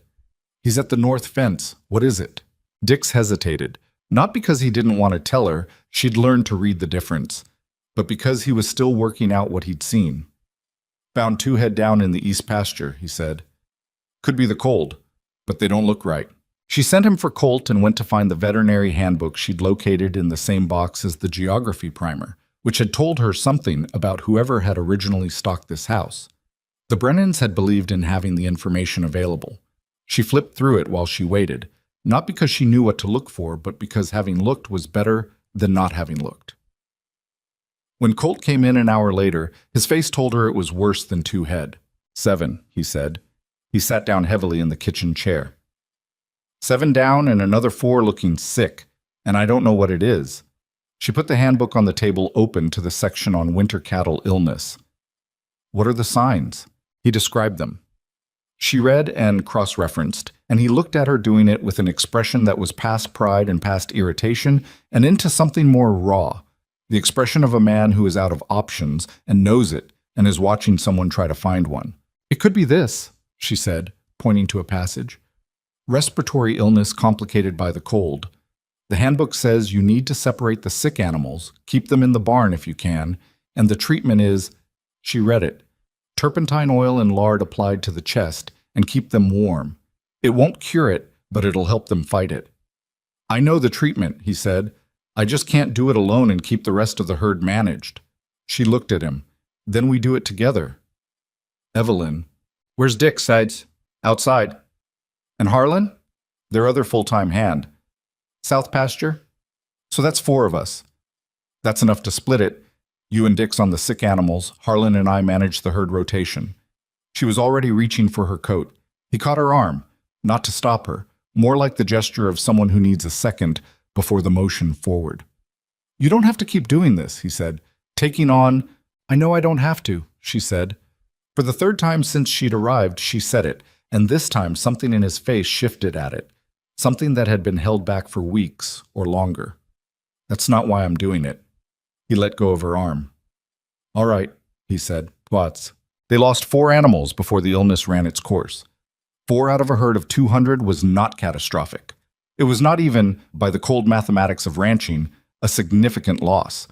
But in the context of a ranch already operating on margins that didn't allow for anything going wrong, it was 4 animals worth of income they didn't have, and the cost of the turpentine treatments and the extra feed for the sick animals in the barn came off a number that had already been cut twice. Evelyn did the recalculations on a Tuesday evening after the children were in bed, spread out on the kitchen table with the ranch ledger and the winter budget she'd been updating weekly since she'd arrived. She sat with it for a long time, working the numbers different ways, and every version came out to the same place. They were going to come up short on the January note payment. Not dramatically short, but short. She could have waited until morning. She found she couldn't. She knocked on the door of the small room off the main bedroom where Colt kept his desk. Not his bedroom, careful about that. They had maintained the careful distance of 2 people being decent about an arrangement that was practical before it was anything else. And he called, "Come in," and she came in with the ledger and the paper she'd been working on and laid it in front of him without preamble. He looked at the numbers. She watched him look at them and saw the moment he reached the same conclusion she had, which was quick, because he was not a man who took long to understand what was in front of him. "How short?" he said. She showed him. He said nothing for a moment. "Graves will know within a week of the payment date," he said. "Yes." "And if he knows we missed, he'll call the note," she said, "or threaten to. And even if he doesn't call it immediately, he'll have grounds. And that's leverage he doesn't have right now." Colt leaned back in his chair and looked at the ceiling. The lamp made long shadows. Outside, the wind had the particular high sound it made when the temperature was below 10 degrees. "I've been thinking about something," Evelyn said. He brought his eyes down to her. "The North Pasture spring," she said. "Not the land, the water. Graves wants that spring. That's what the Northern Pasture offer was really about." "I know. What if we use that?" She sat down across from him. "Not sell it, not negotiate it, but make it formally, legally part of an arrangement that benefits more than just this ranch. Something that ties enough other people to it that Graves can't move on it without taking on a fight he doesn't want." Colt was very still. "What kind of arrangement?" "A water cooperative," she said. formal, documented, shared water access for the smaller operations in this valley. The Delaney spread, the Garner brothers, the Whitfield place. All of them have been working on informal arrangements. Put it on paper, structure it as a mutual agreement, and suddenly that spring isn't just Brennan land worth acquiring. It's the center of a network that 5 other families depend on. Graves buying it out or forcing it into default doesn't just hurt you anymore. It hurts all of them. The silence in the room was the particular silence of someone thinking hard. He stopped. That's not a small thing to set up. No, she agreed. It's not. The other ranchers would have to agree. I know. And some of them won't want to because it requires trusting each other formally, and men out here have a complicated relationship with formal agreements. Pete Delaney would, he said slowly. We already have the water rights paper. Pete's the key, she said. If Pete's in, the Garner brothers will follow. They've worked with him for 20 years. Colt looked at her. And the January payment? That's a separate problem. I've been looking at options. She slid a second piece of paper across to him. The Delaney arrangement has a provision for shared maintenance costs on the creek access. If we formalize the cooperative before the 1st of January, there's a case to be made that the Delaney contribution toward shared infrastructure could offset part of what we owe. It's not conventional, but it's not dishonest either. He picked up the paper, read it, set it down. Did you just structure a legal argument out of a water rights arrangement? I structured it out of your existing water rights arrangement, she said. I just wrote down what was already true. He looked at her for a long moment, not the measuring look from October, not the careful assessment of a man deciding whether to trust a stranger. Something different, something that had been building for 2 months and had nowhere left to go except to be what it was. When did you come up with this? He said. I've been thinking about it since the Voss visit, she said. The fire made it clearer. The fact that Pete's men came without being asked, that's not just neighborliness. That's what a community that has a shared stake does. I just thought, what if we made the stake explicit? Graves isn't going to like it. Graves isn't supposed to like it. He was quiet for a moment, then, we'd need to call a meeting, get everyone together. I know, and someone would have to do most of the talking. It can't be me, not for the first conversation. They don't know me well enough yet. It'll have to be Pete, he said. If Pete stands up in front of Delaney and the Garners and Whitfield and says this makes sense, they'll hear it. Can you get Pete to the meeting? Yes. He said it with the certainty of a man who knows what a 12-year-old water arrangement and a grass fire fought side by side actually means between neighbors. Yes, I can get Pete. The meeting happened 4 days later on a Saturday, in the Delaney barn because it was the largest space, and because Pete Delaney, once he'd heard the broad shape of the plan, had responded with the blunt enthusiasm of a man who has been waiting for someone to do the obvious thing for years. Graves has been picking at this valley since his father died and left him that bank, Pete said, the morning Colt rode over to explain. Evelyn had stayed at home. This part wasn't hers, but Colt told her every word of it that evening. About time someone drew a line. 5 ranches represented in Pete's barn on that Saturday. Brennan, Delaney, Garner, both brothers, which was notable because the Garner brothers rarely went anywhere together voluntarily, the Whitfield operation, and a smaller spread called the Aldrich place that Evelyn hadn't even known existed until Colt mentioned it, run by a widow named Frances Aldrich, who raised cattle and sheep on 120 acres east of the creek. Evelyn had written the framework document. Colt had reviewed it twice. Pete had read it once, said he didn't understand some of the language, and Colt had explained it, and Pete had said, well, if that's what it says, then that's all right. She stayed at the ranch with the children and waited. Thomas knew something was happening. He was 11 and observant, and the kind of child who noticed when adults were tense about something they weren't fully explaining. He sat through the afternoon with his rock collection organized and reorganized on the front porch, pretending to be occupied while watching the road. At 3 o'clock, he came into the kitchen. Is Papa going to lose the ranch? He asked. Evelyn was at the kitchen table with the draft of the cooperative agreement, making notes on the final copy.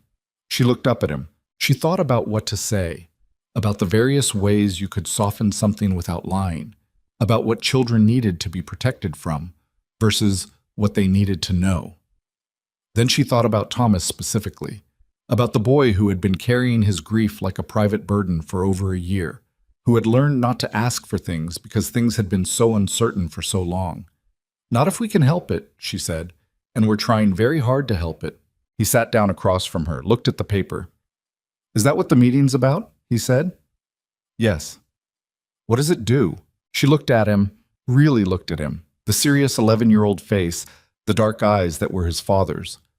"It ties this ranch to the other ranches in the valley in a way that makes it harder for anyone to take it from us," she said. "Like, if you're standing alone and someone pushes you, you fall. But if you're standing linked with other people, it's a different situation." He thought about this with the thoroughness he brought to arithmetic. "Like in a tug of war," he said. "Exactly like that." He nodded. Then, "You came up with this?" "Your father and I came up with it," she said, which was accurate in the sense that she'd brought the idea and he'd made it workable, and the line between those two things had blurred in the way that collaboration blurs things when it's going well. Thomas looked at the paper again. "I'm glad you're here," he said. He said it the same way he said everything, flat and factual and without decoration. And then he got up and went back to his rock collection on the porch. And Evelyn sat at the table and held very still for a moment, because some things require a second to absorb before you can move past them. Colt came home at 5. The light was already gone, and the cold was the kind that came in through the walls, no matter what you did. And he came through the kitchen door with snow on his coat and something in his face she hadn't seen before. Not happiness exactly, but the particular expression of a man who has been carrying something very heavy and has just managed to set it down. "They signed," he said. She put down her pen. "All of them," he said. "Pete, both Garners, Whitfield, and Francis Aldrich. 6 ranches in a formal water cooperative." He reached into his coat and laid the signed document on the table, her framework, now with 6 signatures at the bottom, including his own. Pete gave a speech. It was about 4 sentences, and it was the best speech I've ever heard. What did he say? He said, "Graves has been playing us against each other for 15 years because we let him. I'm tired of it, and I expect you are too. This paper says we stop letting him. That's all it is." And then he signed it. Evelyn looked at the signatures. Francis Aldrich's was small and careful. Pete Delaney's was enormous, the signature of a man who'd been signing things with complete confidence for 50 years. "There's still the January payment," she said. "Yes." He sat down. "But I talked to Pete about the shared infrastructure arrangement. He's willing to make the contribution in December before the due date if we formalize the maintenance agreement as an addendum."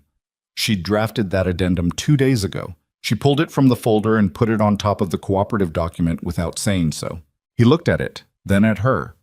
Then he laughed. A short, real sound. Nothing performed about it. The laugh of someone who has been surprised past their own defenses. "You already wrote it," he said. "I thought it might be useful." "Evelyn." "Yes?" He looked at her across the table. All the papers between them, the lamp burning, the house quiet because the children had gone to bed and the ranch was settled for the night. He looked at her with the expression of a man who has been trying to find the right words for something and has concluded that maybe there aren't the right words and maybe that's all right. "Thank you," he said. "Just that." She nodded. "Get it to Pete before the 15th, she said. "I'll write over Monday." "Bye, Auntie." But the cooperative agreement and the addendum were not, as it turned out, the end of the crisis. They were the shape of a solution to a problem that had not yet finished becoming itself. The letter from Harlan Graves arrived on a Monday. It was addressed to Colt, and it was written in the careful, legally precise language of a man who had an attorney read everything before it went out. And what it said, under the courtesy and the procedural language, was this. Graves had become aware of the water cooperative agreement through what the letter called community discussion, which meant someone at the meeting had talked, and he was writing to inform Mr. Brennan that the cooperative arrangement, in his reading, constituted a material change in the use of the water resources that served as collateral in the existing property note, and as such he was requesting a meeting to discuss the implications for the existing lending arrangement. The implications for the existing lending arrangement. Evelyn read those words 3 times. "He's claiming the cooperative changes the value of the collateral," she said. Colt was reading it again over her shoulder. "Can he do that?" "The note's language would determine that. Do you have the original note document?" He went to his desk and came back with it. She read through the collateral provisions while he stood and waited with the particular stillness of a man trying not to show how frightened he is. The language was broadly written, broad enough, a sympathetic reading might argue, to support Graves's position.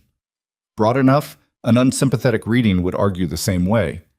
"He's not calling the note," she said slowly. "He's requesting a meeting. There's a difference. A meeting to talk about calling the note. A meeting to talk about the implications." She set the document down. "That's not the same thing. He's fishing. He wants to know how solid we are before he decides whether to push. If he pushes and we're not solid, then we need to be solid by the meeting." She looked at him. "When is he proposing?" Colt pointed to the date in the letter. 2 weeks. 2 weeks. She sat back and looked at the ceiling for a moment, thinking through the shape of what they had and what they needed. The cooperative agreement, the Delaney addendum, the Hartwell feed contract showing operational continuity, the ranch accounts with their reduced but real margins, and the cooperative itself, 6 ranches now formally linked to the spring water on Brennan land, 6 families who now had a documented stake in what happened to this ranch. "We need an attorney," she said, "before the meeting." "There's no attorney in Black Hollow." "No, but there's one in Laramie, too, I think." She'd looked this up weeks ago for a different reason and hadn't needed the information until now. "If we send a letter Tuesday, we could have someone here by the weekend." "That costs money, It costs less than losing the ranch," she said. He stopped, breathed, nodded. "There's something else," she said. "There's more. The cooperative document." She picked it up. Graves' letter says he became aware of it through community discussion, which means someone at that meeting talked before the ink was dry. 6 ranches, 6 different people, and at least one of them is willing to carry word to Graves. She looked at him steadily. "You need to know which one." He was quiet for a long moment. This was the part that would hurt. The idea that one of the men who'd stood in Pete Delaney's barn and signed the paper had walked out and taken it straight to Graves. "The Garner brothers," he said finally. "The older one, Ben, he's had dealings with Graves's bank for years. Has a note on his equipment." "Leverage," she said. "Probably." "Does Pete know?" "Pete suspects. He told me as much on the ride out." Colt sat down. "Ben Garner's not a bad man. He's a frightened one." "Frightened men are the most dangerous kind," Evelyn said. "Not because they want to cause harm, because they make decisions based on what they're afraid of instead of what's actually true." Colt looked at her. "What do we do about it?" "We give Ben Garner something less frightening to hold on to than Graves's good opinion," she said. "Specifically, we make sure he understands that the cooperative protects his operation too. That if it fails, he loses whatever informal arrangement he's had on the creek, and Graves gets the spring water, and then Ben Garner has 2 problems instead of 1. He knows all that. He knows it intellectually. He needs to feel it." She paused. "Pete can do that. Pete's known him since before either of them had gray hair." Colt rubbed his face. "I'll talk to Pete tomorrow." "Today," she said. "The meeting is 2 weeks away and Pete needs time." He looked at her, and she saw in his face the thing she'd been seeing more of in recent weeks, the thing that had no clean name, but that was real and accumulating, and neither of them had addressed directly because the crisis had given them a convenient reason not to. He looked at her the way a man looks at someone he has started to depend on in ways he didn't plan for and doesn't know how to categorize. "Today," he agreed. She was alone in the house when Francis Aldrich came. Colt had ridden to the Delaney place. The children were at school. There was a school teacher in Black Hollow 3 days a week, and Evelyn had started sending both children consistently about 3 weeks in, which had required negotiations with Thomas that she preferred not to revisit. She was at the desk in the front room, working through the notes she was preparing for the attorney, when she heard the horse and came to the door. Frances Aldrich was maybe 50, with a weathered face and the posture of a woman who'd been making her own decisions for long enough that her body had stopped asking permission for anything. She came up to the porch and looked at Evelyn with frank, direct eyes. "I heard about the Graves letter," she said. "Word travels." "Apparently," Evelyn said. "Would you like to come in?" Frances came in and sat at the kitchen table and accepted coffee and looked around the kitchen with the assessing gaze of someone who has run her own house for a long time and evaluates others by their kitchens. Whatever she saw seemed to satisfy her. I want to know what we're doing, she said. Not what Colt's doing. The cooperative, are doing about Graves trying to use the note to undo what we signed. Evelyn looked at her. We're getting an attorney to review the note language and advise on whether his reading of the collateral provisions has any basis. And if it does? Then we go to the meeting with 6 ranchers and an attorney and a water cooperative that is already operating and already documented, and we make it clear that any action against the Brennan note is an action against the infrastructure of the entire valley. Frances turned her coffee cup. He's got a lot of money. Money isn't the only thing that matters in this situation, Evelyn said. Reputation matters too. And a banker who forces 6 family operations off their water arrangements so he can buy a spring doesn't have a good reputation for long, even in a territory where there aren't many laws against it. Frances looked at her steadily. Who are you planning to tell? I've drafted a letter, Evelyn said, to the Territorial Land Office, to the Laramie newspaper, and to the Wyoming Stock Growers Association, outlining the cooperative arrangement and the apparent attempt to challenge it through the banking relationship. Not accusatory, factual, just what's happened, in sequence, with dates. A silence. Frances set down her cup. You wrote all that. It's drafted. I wanted the attorney to look at it before it goes out. But you wrote it. Yes. Frances Aldrich looked at her for a long moment with those frank, direct eyes. Colt Brennan's a good man, she said, but he was drowning. He wasn't asking for help, Evelyn said. No, men out here don't. Frances stood. I'm glad he married someone who didn't wait to be asked. She picked up her coat. The letter to the Stock Growers Association. I want to sign it, if you'll allow it. Evelyn looked up at her. It would carry more weight with more signatures. Then get Pete Delaney to sign it too. And the Garners. Even Ben. Especially Ben. She buttoned her coat. I'll talk to Ben. Woman to woman is sometimes easier than man to man. After she left, Evelyn sat for a moment in the quiet kitchen and thought about what had just happened. A woman she'd met once had ridden out to offer her weight to a fight that wasn't technically hers to fight. No one had asked her. She'd come anyway. It was the same thing Evelyn had done 8 weeks ago when she'd grabbed a fire beater and run toward the south fence line. Nobody had asked. The situation had required it, and she'd been there. She went back to her notes. Colt. Pete Delaney came to the ranch that evening with Colt, and they sat at the kitchen table, all 3 of them, which had become the configuration for serious discussions, as natural as if it had always been the arrangement. And Pete told them about Ben Garner. He talked to Graves, Pete said. He said it without drama, the way you state a thing you'd hoped wasn't true, but had known probably was. Not with bad intention. Graves called in the equipment note, just temporarily, just to remind Ben it existed. And Ben went in to talk about it, and Graves asked about the cooperative, and Ben... He paused. Ben's got 3 kids and a wife with a bad hip, and he's 1 bad season away from losing his operation. I'm not making excuses. I'm explaining. Did you talk to him? Colt said. I did. Pete's big hands flat on the table. He knows what he did. He's not a man who didn't know what he was doing. He just decided his family came first. Another pause. I told him his family is better protected inside the cooperative than outside it, and that if he wants to stay in, the way he stays in is he signs that letter to the Stock Growers Association. Will he? Evelyn asked. Pete looked at her with the particular look he had for her.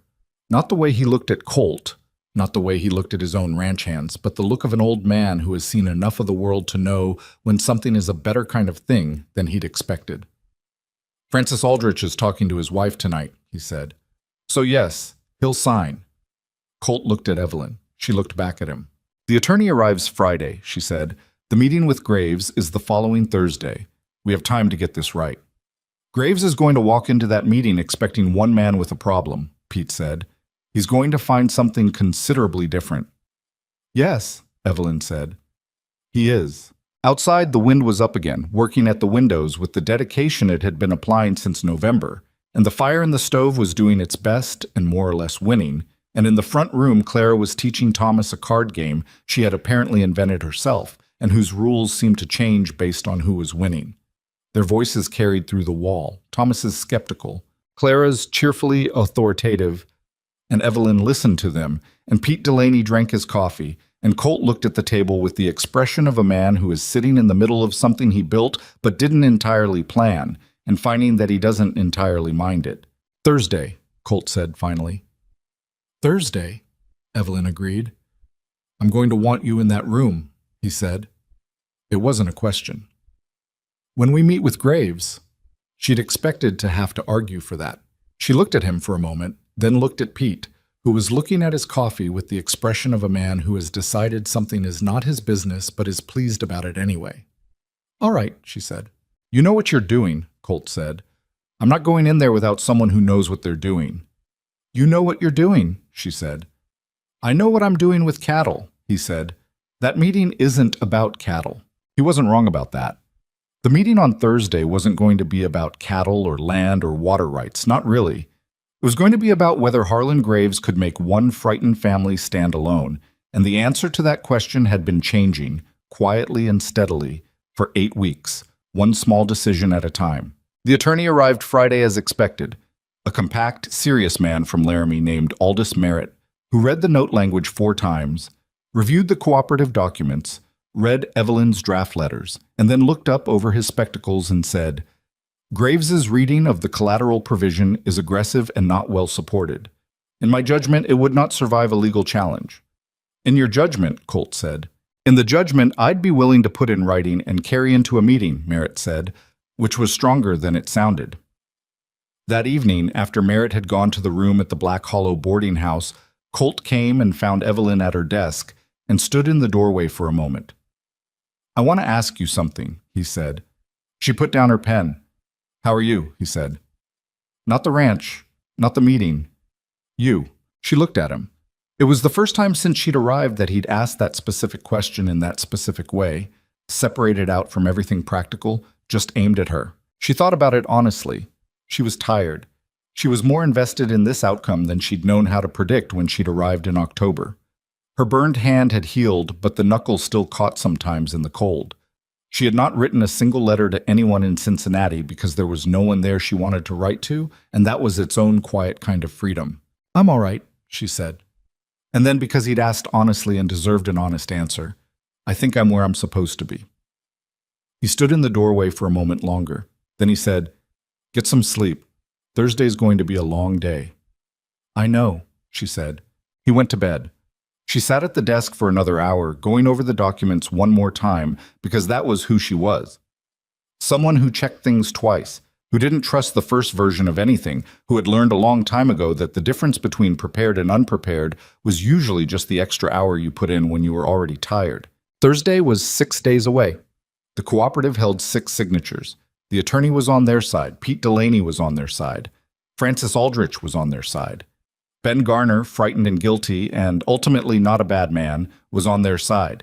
And Harlan Graves was going to walk into a meeting expecting a drowning man and find a family instead. The morning of the Thursday meeting, Colt was up at 3:30. Evelyn heard him. The particular sound of someone trying not to make sound, which is always louder than sound made without that intention. She lay in her room for a few minutes listening to him move around downstairs, and then she got up and dressed and went down, because there was no version of this morning where she was going to sleep through it anyway. He was at the kitchen table with the ranch ledger and the cooperative documents and his coffee, not reading any of them. Just sitting with them spread in front of him the way a man sits with things he's been over too many times to need to read again. She made fresh coffee without comment and sat down across from him. "You should sleep," he said. "So should you." He looked at the documents. "I keep thinking about what he's going to say. He's going to say the collateral provision is clear and he's entitled to review the note terms. Merritt will tell him the provision doesn't support that reading. He'll push. Merritt will hold. We'll put the cooperative documents and the letters on the table and he'll understand what he's actually looking at." She wrapped her hands around her cup. He's a practical man. Practical men don't fight battles they can see they're going to lose. "You sound very certain." "I'm not certain," she said. "I'm prepared. Those aren't the same thing." He was quiet for a moment. Outside, the wind that had been their constant companion since November was doing its usual work. A log shifted in the stove. "What if it doesn't hold?" he said. Not as a plan B question. as the question underneath everything, the one that had been there since October when she'd first looked at the ledger and understood the shape of the trouble. What if Graves has an angle we haven't accounted for and the note gets called and we can't? Then we figure out what comes next, she said. I'm not going to tell you that can't happen because it can, but it's not what I think is going to happen. He looked at her across the table, the lamp between them, the documents neither of them needed to read again. I wasn't looking for someone like you, he said. It came out plainly, the way things come out at 3:30 in the morning when the defenses are down. When I wrote that advertisement, I was looking for someone who could manage the house and be decent to my children. That was the whole of it. She said nothing. Let him finish. I didn't expect... He stopped, tried again. You've done more than I knew how to ask for, more than I had any right to expect from the arrangement. The arrangement, she said carefully, has been changing for a while. He held her gaze. Yes, he said. It has. They sat with that in the quiet kitchen for a long moment. Two people who had arrived at a door neither of them had originally intended to stand in front of and were now standing in front of it and not quite going through it, because this morning was not the morning for it, and they both knew that without saying so. After Thursday, he said finally. After Thursday, she agreed. He looked back at his coffee. She looked at hers, and they sat together in the early dark and waited for morning, which came eventually, the way mornings always do, regardless of what they're bringing with them.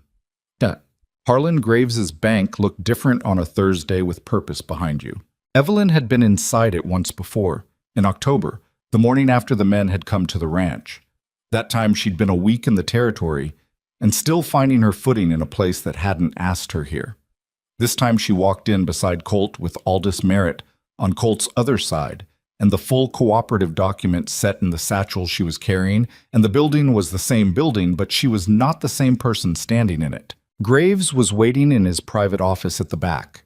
He was a man in his mid-50s with the particular build of someone who had been physically substantial once and had let the years redistribute it. He had a good suit and careful eyes, and the practiced pleasantness of a man who had used pleasantness as a tool for long enough that it had become his default expression regardless of what was happening behind it. He looked at Evelyn when they came in, and his pleasant expression registered the presence of Merritt and did a small recalibration. Mr. Brennan. A handshake. Then to Evelyn, Mrs. Brennan. Then with a fractional shift, and you've brought an attorney. Aldous Merritt Laramie, Merritt said, and they shook hands with the particular formality of men who have dealt with each other's profession long enough to know exactly how much warmth to allocate. They sat. Graves's office had a large desk and 3 chairs arranged in front of it, and a window behind him that put the light in visitors' eyes, which was either deliberate or coincidental, and either way she was going to ignore it. Graves opened with the pleasant version of what his letter had said: concern for clarity, mutual interest in the note terms, the cooperative arrangement raising questions he felt obligated to address. He was smooth about it. You had to give him that. He made concern sound like service. Merritt addressed the legal position first, which was correct, and what they'd planned. He laid out the collateral provision language, his reading of it, and the absence of precedent for Graves's interpretation in plain and accurate terms. Not aggressive, not conciliatory, just factual, in the way that facts are most effective when they're stated as if they don't need defending. Graves listened with the expression of a man who had expected this and had something ready for it. The cooperative arrangement, he said, changes the operating relationship to the water resource in ways that could affect future land value. That's not a legal position, it's a practical one. And practically, I have an obligation to the bank's stakeholders. Mr. Graves, Evelyn said. Both men looked at her. She'd been silent until now, which had been the plan. Let Merritt establish the legal ground, then place the practical reality on the table. You have an obligation to your stakeholders, she said. I understand that. What I'd like to make sure you understand is what the practical situation actually is. She opened the satchel and placed the cooperative document on the desk in front of him. The original, all 6 signatures. Then the water rights agreement with Delaney. Then the Hartwell feed contract. Then the letter to the Wyoming Stock Growers Association, signed by all 6 cooperative members including Ben Garner's signature, which was the one she watched Graves's eyes find. He looked at the documents. His pleasant expression stayed in place, but something behind it was doing a rapid and private recalculation. The spring water on Brennan land, she said, is now the documented center of a water cooperative serving 6 ranching operations in this valley. Those operations collectively represent approximately 900 head of cattle and 4,000 acres of productive land. The letter to the Stock Growers Association describes the cooperative arrangement and its importance to the valley's infrastructure. She paused. It goes out Friday, regardless of how this meeting concludes, as does the letter to the Territorial Land Office and the one to the Laramie paper. A silence. The pleasant expression on Graves's face was doing what pleasant expressions do when they've run out of usefulness. It was becoming something a little more tired. The note, Graves said, is still a note. It is, Colt said. It was the first thing he'd said since they'd sat down, and he said it the way he said most things, plainly, without decoration. And the note payments are current. The January payment will be made on time. You have no grounds to call it, and Merritt's told you so. He leaned forward slightly. What you have is a choice between being the bank that supports this valley's ranching operations, or being the bank that tried to leverage a grieving man's debt into land acquisition and got stopped. Whichever one you are, people in this territory will know about it, because people here always know. Another silence. Longer. Graves looked at the documents again. Then he looked at Evelyn, and she looked back at him, and she saw in his face the exact moment a man decides that the cost of continuing exceeds what he was ever going to gain from it. The note terms stand as written, he said. We have no further concerns about the collateral arrangement. He said it like a man announcing a decision he was making freely, which was the only face-saving version of it available to him, and she didn't take that away from him. They stood, shook hands, all of them, including her, and Graves's handshake with her was firm and brief and told her nothing except that he was a man who knew how to shake hands with someone who'd beaten him. Outside on the boardwalk in the December cold, Merritt said, "That was well done," and Colt said, "It was," and looked at Evelyn, and she looked at the street and breathed winter air and felt something loosen in her chest that had been held tight since the day the Graves letter arrived.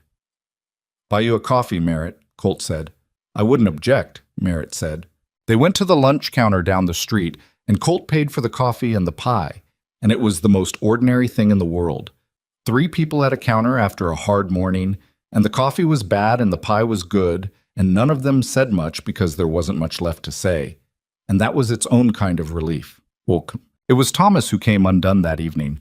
Evelyn hadn't expected it, and later she thought she should have, had seen enough of him by now to know that his silences had weight, that the things he didn't say collected until they became too heavy for the silence to hold.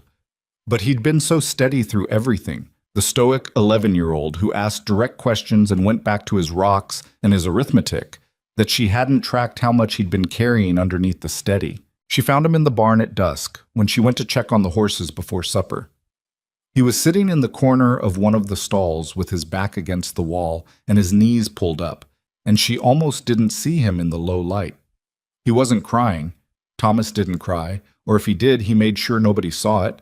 But his face had the look of a face that had recently been doing something close to it. She sat down in the straw next to him without asking if he wanted company, because he would have said no, and that would have been the wrong answer. They sat for a moment. One of the horses shifted and blew. The barn had the smell of hay and animals and cold wood that she'd come to find oddly comforting over the past 2 months. "Are we going to be all right?" Thomas said. "Not is the ranch going to be all right. Yes," she said. "The meeting went well. The note's secure. The cooperative holds. We're going to be all right." He was quiet. Then, Mama died, and then everything started falling apart. The ranch and everything. He said it factually, but she could hear what was underneath it. "I thought if the ranch went, we'd have nothing left of her. She built things here. She planted things." He paused. "The kitchen garden. That's hers. She put that in the first year." Evelyn sat very still. The kitchen garden, that she'd been weeding and tending for 2 months, that she'd thought was a neglected space in need of reclaiming. She had not known, nobody had told her, that Margaret Brennan had put every plant in that ground herself. "Thomas," she said, "I didn't know that." "I know you didn't." He said it without accusation, which somehow made it harder. "I didn't say." "Why didn't you say?" He picked at the straw beside him. Because I thought if I told you it was hers, you'd leave it alone and it would keep going to weeds. And it was already going to weeds before you came. He looked at his hands. And I didn't want to talk about it. Any of it. Everything to do with her felt like if I talked about it, it would be more gone than it already was. She let that sit for a moment. Let it be what it was without rushing to fix it. She sounds like she was very capable, Evelyn said. Someone who planted a kitchen garden in the first year on a new homestead, who made curtains for the windows, who... She paused and then said carefully, who raised a son who knows how to be honest about hard things when he decides to. Thomas didn't say anything for a long moment. I don't think you're trying to replace her, he said. It came out like a concession he'd been working up to for a long time. I did at first, but I don't now. Good, she said. Because I'm not. I can't and I wouldn't try. She looked at the stall wall across from them. What I can do is be here. As whatever I am to you. You don't have to call it anything. It doesn't need a name right now. He was quiet again. Then he said, Clara calls you Mama sometimes, when she forgets. Evelyn had noticed, had not drawn attention to it. Does that bother you? A long pause. It used to, he said. It doesn't as much now. He looked at her sideways from the corner of his eye, the look of someone checking a thing they're not sure about. She doesn't remember as much as I do. She was only 4. That must be strange, Evelyn said, carrying memories that she doesn't have. Yeah. The word came out rough and young and utterly unlike the controlled 11-year-old he usually presented. Yeah, it is. They sat in the barn for another 10 minutes, not talking much, while the horses moved around them and the temperature outside dropped, and the smell of supper cooking began to drift in from the house. Eventually Thomas got up, brushed straw off his pants, and held out a hand to help her up, a small automatic gesture he probably didn't notice himself making. She took it, stood. Thank you, she said, for telling me about the garden. He shrugged with one shoulder. I'll tell you what other things were hers, he said. If you want, so you know. I'd like that, she said. He went ahead of her toward the house, and she followed, and she thought about the kitchen garden under snow. Margaret Brennan's kitchen garden, planted in the first year, now tended through 2 months of autumn by a woman who hadn't known what she was tending. There was something in that worth sitting with. She didn't try to make it into anything more than what it was. Colt found her later that night. The house was quiet, children in bed, Merritt long gone back to Laramie with his fee and his good opinion of how the morning had gone. Colt had done the late check on the cattle and come in and found Evelyn at the kitchen table, not working, just sitting with her hands around a cup that had gone cold, which was unlike her. He sat down across from her. What happened? She told him about Thomas, the barn, the conversation, the kitchen garden. He listened with his elbows on the table and his hands folded and his face doing the thing it did when something was landing hard, and he was deciding whether to let it show. When she finished, he was quiet for a moment. Margaret put that garden in the spring of our 2nd year, he said. She'd been trying to get something to grow since we arrived, and the first year everything failed because she didn't know the soil yet. 2nd year, she figured it out. He was looking at the table. She said if she could make things grow, she could stay. She stayed, Evelyn said. She stayed. He looked up. I think she would have... He stopped, tried again. She was not a woman who made friends with strangers easily. She was private, and she could be hard, not unkind, but not soft either. He paused. I think she would have respected you. Evelyn felt something in her chest that was too complicated to name, a thing that had warmth in it and grief in it and recognition in it all at once. That means something to me, she said, more than you know. I thought it might. They sat in the kitchen in the late-night quiet, the fire burning down, and outside the wind had dropped for once, and the silence was the heavy silence of deep cold and snow, and the house settled around them with the sound that old houses make. Not distress, just the ordinary voice of wood and age and weather. There's something I haven't said, Colt said. She waited. I was wrong to not... When you first came, I had you in a category, arrangement, practical solution to a practical problem. He said it with the honesty of someone who has decided to say the true thing and is saying it the only way he knows, which is straight. I think I held on to that longer than was accurate because it was simpler. It meant I didn't have to figure out what was actually happening. What was actually happening? She asked. He looked at her directly. You were becoming part of this family, he said. Without asking permission, without making demands, you just kept showing up to everything. The fire, the cattle, the ledger, the meeting today. He paused. My son is talking to you in the barn at dusk about his mother. My daughter calls you Mama when she forgets to be careful. And He stopped. And you, she said. And I stopped thinking of this as an arrangement somewhere around the time you grabbed that fire beater and ran toward the south fence line, he said. I just didn't say so. She looked at him across the table. The man she had come to on a train from a city that had finished with her, to an arrangement that had finished being just an arrangement some weeks back, without either of them marking the exact moment. We probably should have said so, she said. Probably. His mouth moved, close to a smile. I'm not good at saying things in the moment. I've noticed. Is that... He stopped. Is this all right? What this has become? For you. She thought about all right, about what she'd told him that night he'd asked how she was. I think I'm where I'm supposed to be, about the kitchen garden under snow, and a child's hand held out to help her up, and a man at 3:30 in the morning sitting with his ledger because he was too scared to sleep. Yes, she said. It's all right. And then, because the hour was late and she'd never been good at leaving important things half said, more than all right. Yes, Colt. It's good.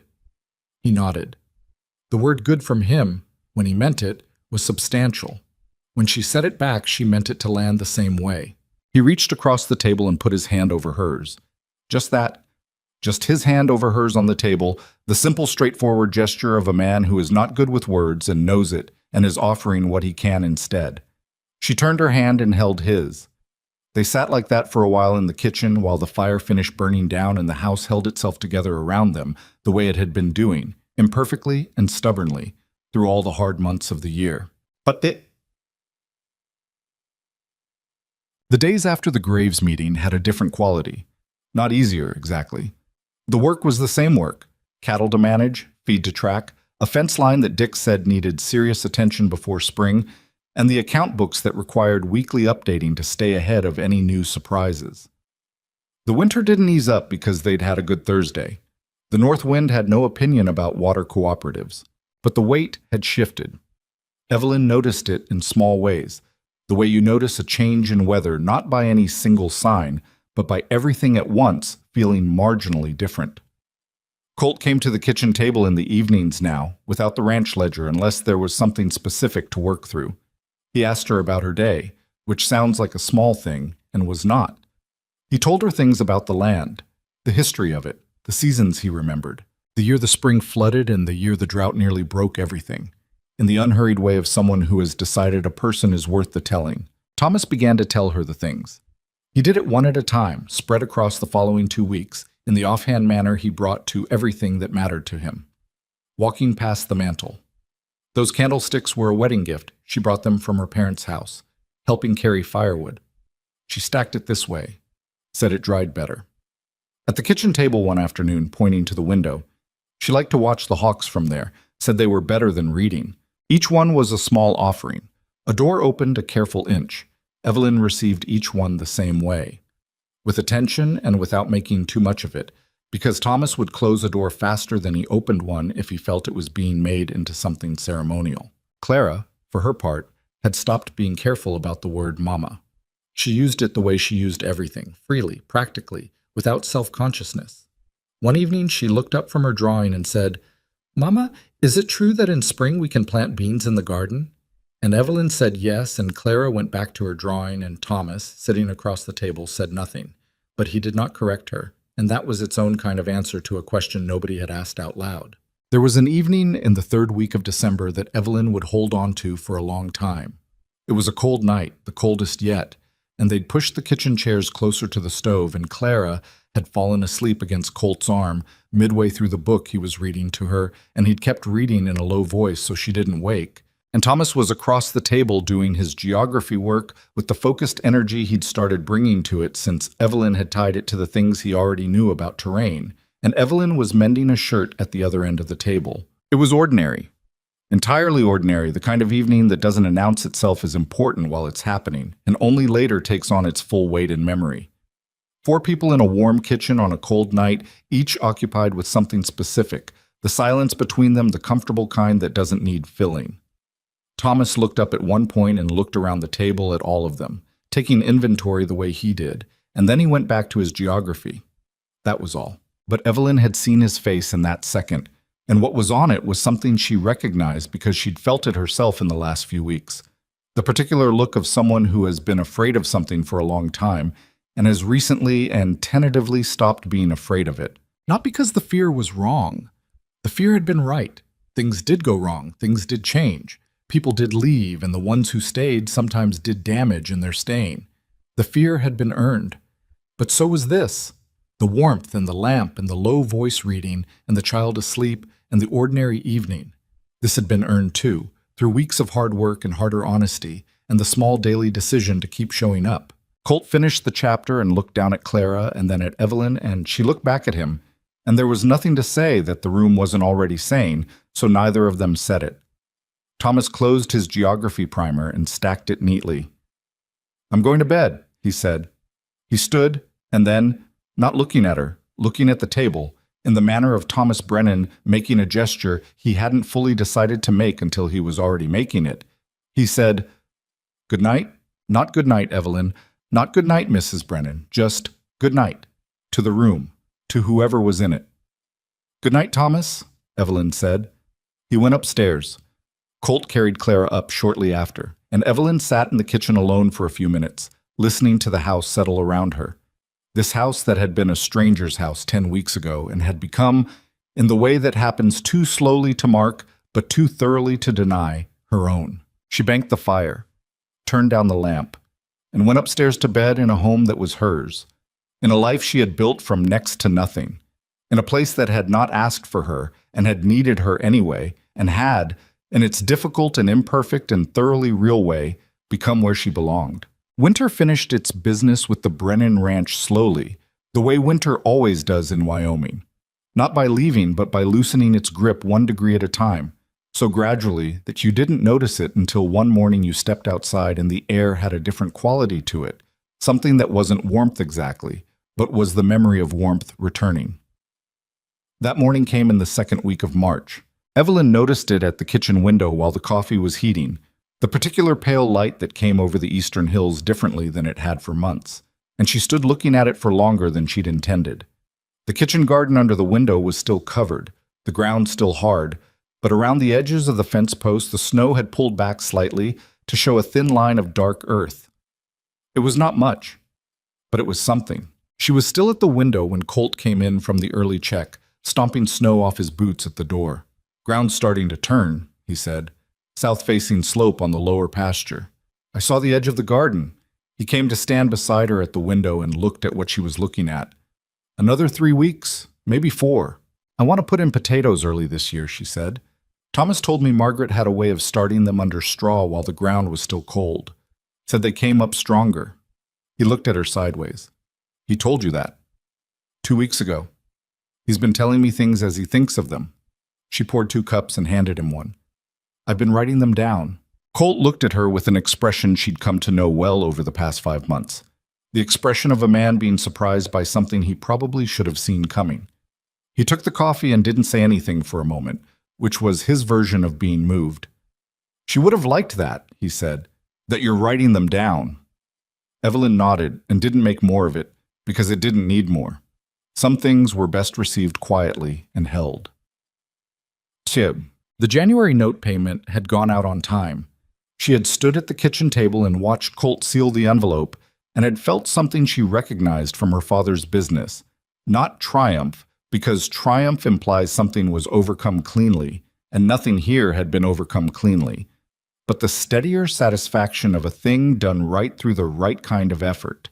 It wasn't the payment itself. It was the 6 signatures on the cooperative document and the Hartwell contract and the Delaney addendum, and the 2 months of careful daily work that had made the payment possible when it shouldn't have been. Graves had processed it without comment. She'd been watching for some secondary move, some other angle she hadn't accounted for, and there hadn't been one. Not in January and not in February. Either the meeting had been as definitive as it felt, or Graves was patient in a way that would eventually produce something unexpected. And she'd concluded that worrying about which one it was used energy better spent on things she could actually affect. Pete Delaney had told Colt in late January that word of the cooperative had gotten around to ranches as far as 30 miles out. 3 operations had sent letters asking about joining. She'd drafted the response, welcoming in principle, with the terms the existing members had agreed on, and Pete had signed it as the cooperative's de facto elder and sent it out. And by February, there were 8 signatures where there had been 6. And the thing they'd built in desperation had become something people wanted to be part of by choice. Francis Aldrich came to the ranch for supper in February, the first social visit that hadn't been about crisis management, and she and Evelyn sat at the kitchen table after dinner while Colt took the children out to look at something Dix had found in the barn. A cat with a new litter, discovered in the hay, and Francis said, "You know what you've done here, don't you?" "I helped," Evelyn said. Francis made a sound that was dismissive in the particular way of a woman who has lived long enough to know the difference between helping and leading. "You organized people who had never been organized. In a valley where everyone was competing quietly with everyone else, you drew a circle and put them all inside it." She turned her coffee cup. "That's not a small thing.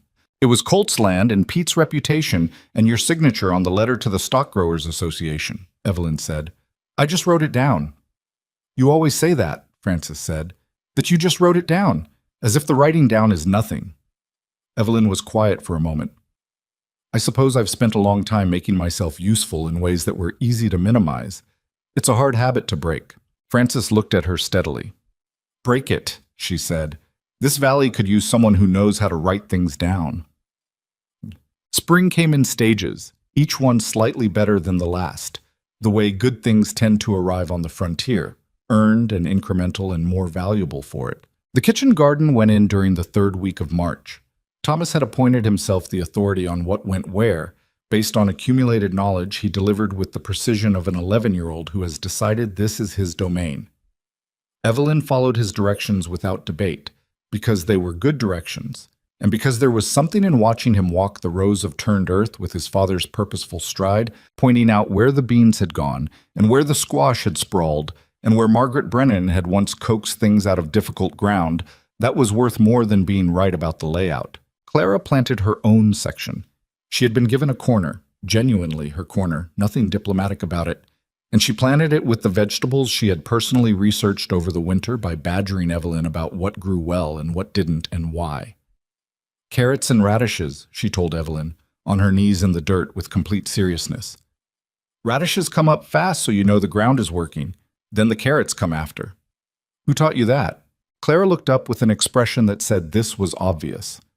"You told me, in November, when we were looking at the seed catalog." Evelyn had said that. She hadn't remembered saying it. It struck her, not for the first time, that children absorb everything. Every idle comment, every piece of information dropped in passing, and that what you say around them matters in ways you don't always track in the moment. The calf crop that spring was better. Not extraordinary, not the kind of season that erases previous troubles in a single go, but solid. 42 calves from the herd, healthy and mostly without incident, which, after the previous spring's losses, felt like something to hold on to. Dix came in on a Tuesday morning in April with the look of a man delivering news he's pleased about, and told them the final count, and Colt sat with it for a moment, and then looked at Evelyn across the kitchen, and she looked back at him, and neither of them said anything because the number said it well enough. The financial picture through spring was the picture of a ranch that had stopped sliding. Not recovered? Recovery was a longer arc than 5 months, but stabilized, which was the first requirement before anything else was possible.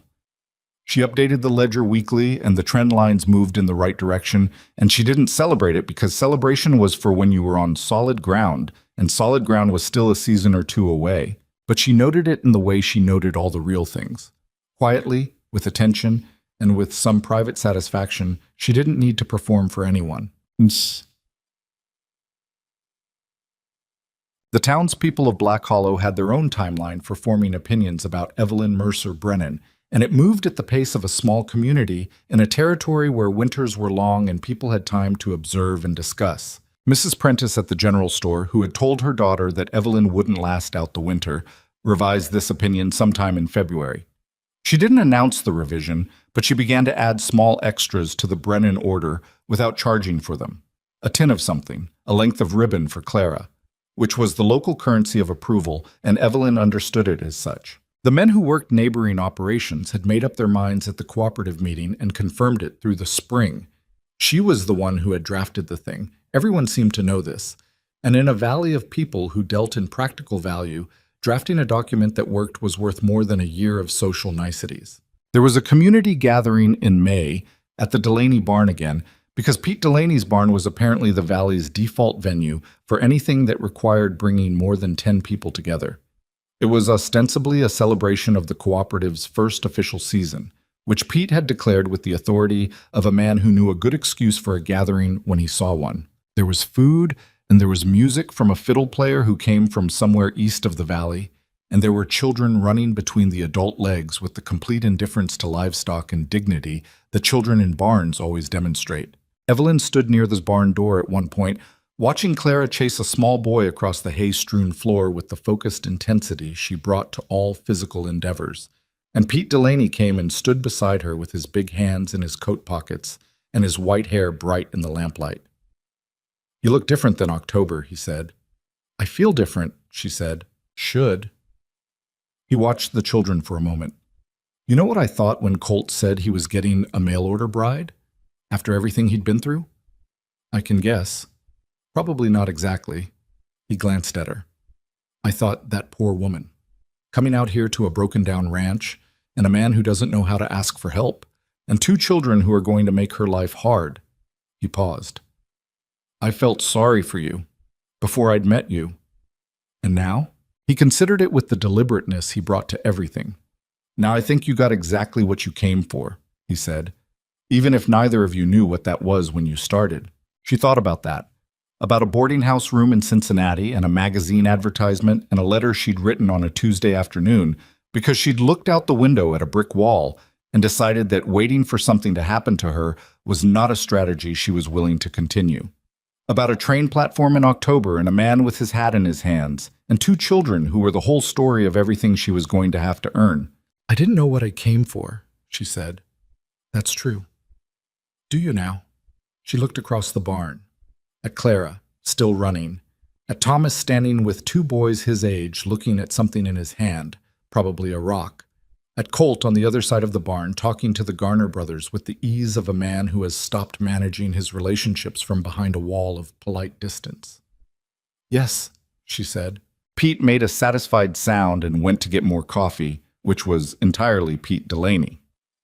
There was an evening in late May that became, in Evelyn's private accounting, the moment she understood what the past 7 months had actually been about. It was after supper, the dishes done, the kitchen settling into the particular quiet of a weekday evening when everyone has found their place. Clara was on the settle with a picture book, doing the thing she did where she read it out loud to herself very quietly, a murmur of narration she wasn't aware she was producing. Thomas was at the desk in the corner with his geography primer and a new book she'd gotten him from the Laramie Lending Library, a naturalist's guide to the Wyoming Territory, with illustrations of rock formations and bird species, which had been an immediate and profound success. Colt was on the porch. She could hear the occasional sound of the rocking chair. She went out. The evening was warm for the first time. Genuinely warm. The kind that felt like a promise being kept. And the sky over the western hills was doing something complicated with orange and purple that she'd been watching for weeks and still hadn't gotten used to. The ranch in evening light looked the way the ranch in October had suggested it might if things went right.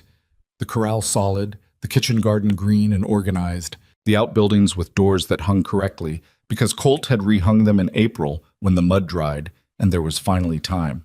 It was not a perfect ranch. It was a working ranch, which meant it was in a constant negotiation between what it was trying to be and what the land and weather and market would permit. There would be more bad seasons. There would be more things going wrong at the same time in the way that things did out here, without warning and without apology. The note was still the note. The margins were still what they were. None of that was resolved. She didn't believe in resolved.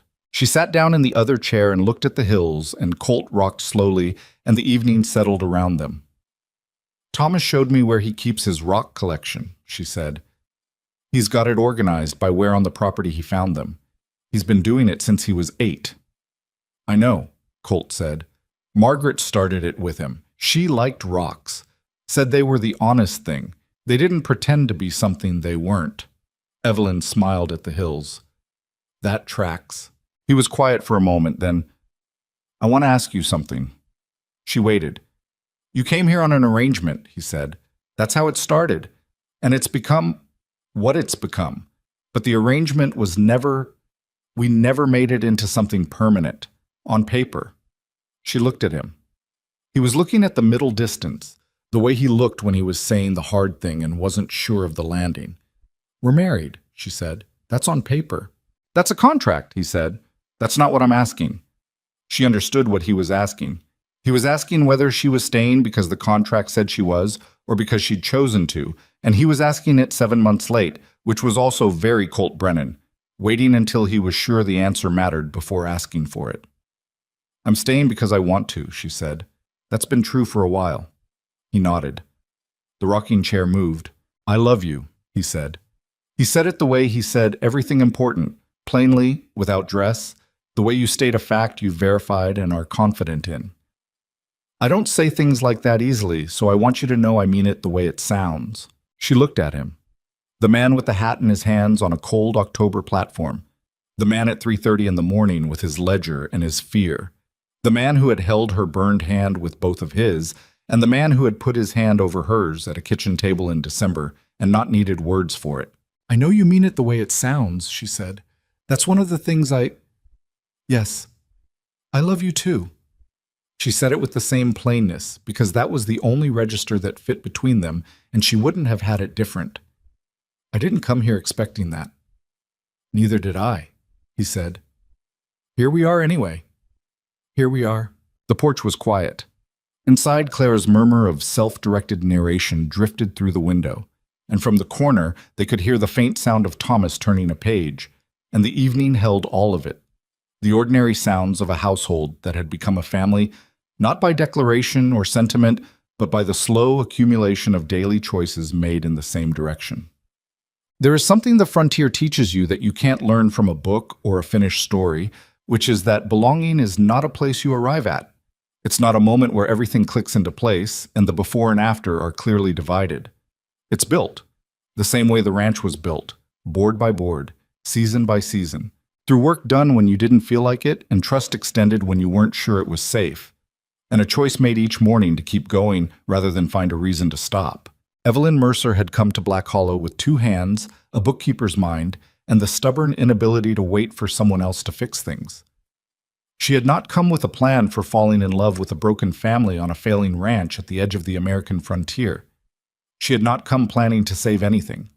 She had come looking for ground to stand on, and she had found, in the doing of all the ordinary and extraordinary things that standing on ground requires, that ground had a tendency to become home if you worked it long enough and cared about it honestly enough and stayed through the seasons that tried to push you out. That was not a lesson she'd been taught.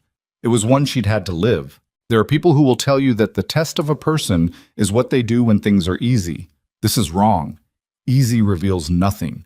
The test is what you do when the ledger is short and the cattle are sick and the man next to you doesn't know how to ask for help and the child at the top of the stairs has decided in advance that you're the enemy. The test is whether you pick up the fire beater or whether you stand in the kitchen garden watching the smoke. Whether you write the letter or wait for someone else to write it. Whether you sit in a cold barn with a grieving 11-year-old or go back to the house because it isn't technically your problem. Evelyn had picked up the beater every time.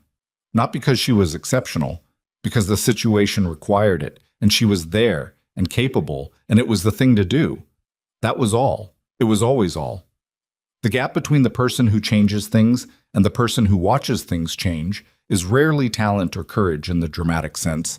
It's usually just the willingness to act on what you already know is right without waiting for permission or certainty or the moment to feel less frightening. She had not saved this Brennan ranch by herself.